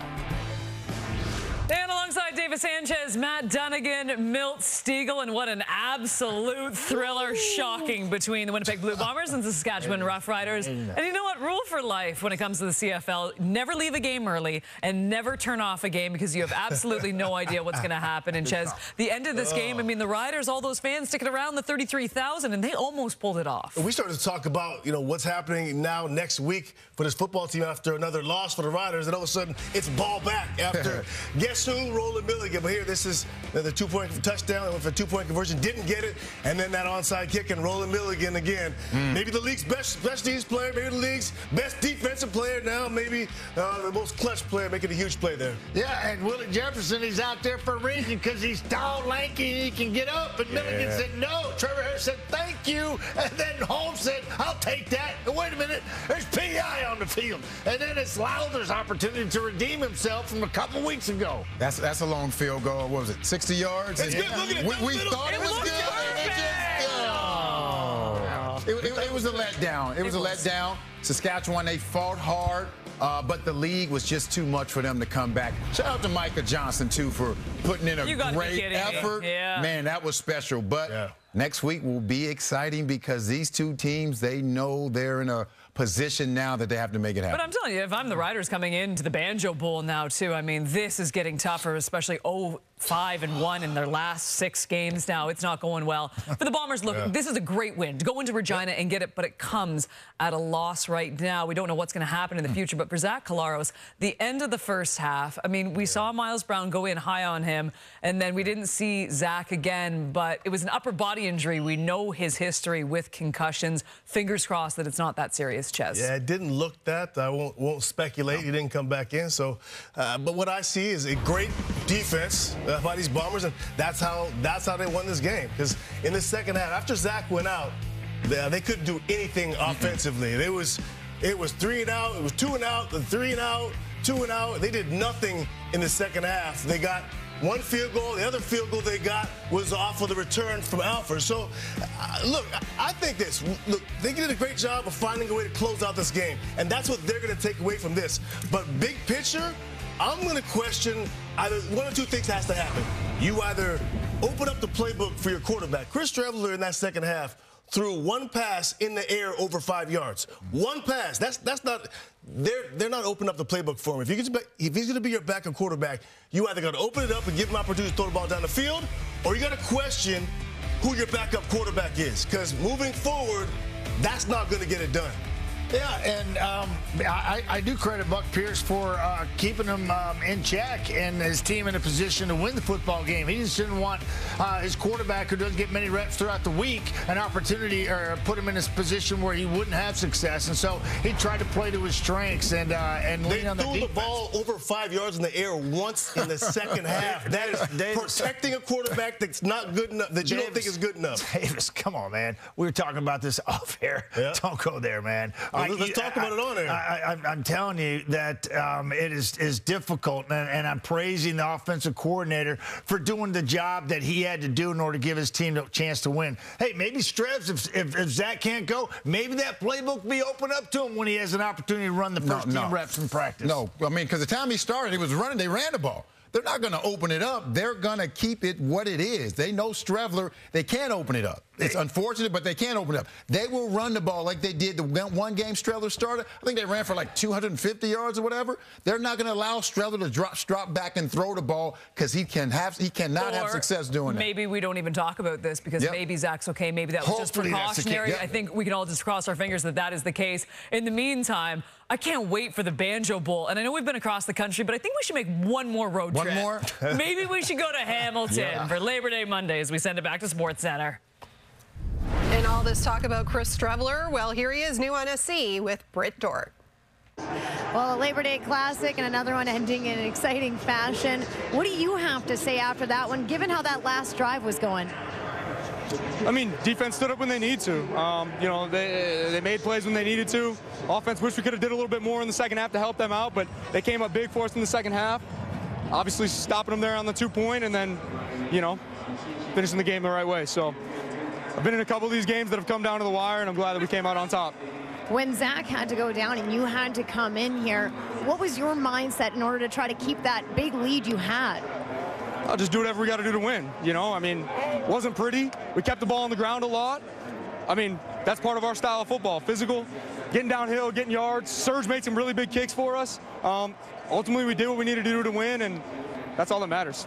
You even the season series against this Riders squad, and you get to go back to your house next week. So what can we expect from that matchup? It's going to be a dogfight. It's always a dogfight when we match up. I'm excited to see our fans show out, though. I know they're going to show out. They're going to show up. It's going to be loud. It's going to be an amazing environment. Congrats on the win. Thank you. And new on SC, here's Britt Dort with Drew Wolotarski. Hey, a big one for you out there tonight, and it did it in thrilling fashion. Tell us how you were able to get it done, and I know you have some shout-outs to give. Yeah, first of all, I would like to thank a couple people, my trainers, my wife, my kid, the IR out there watching at the bar right now. Coming back from my injury, man, it takes a lot. It takes an army. It takes a lot of people to get you there, so I just want to thank those people, especially my family and all that stuff. So we did get there tonight. This was a crazy game. This is the best kind of atmosphere you can ask for, best kind of game you can ask for out here.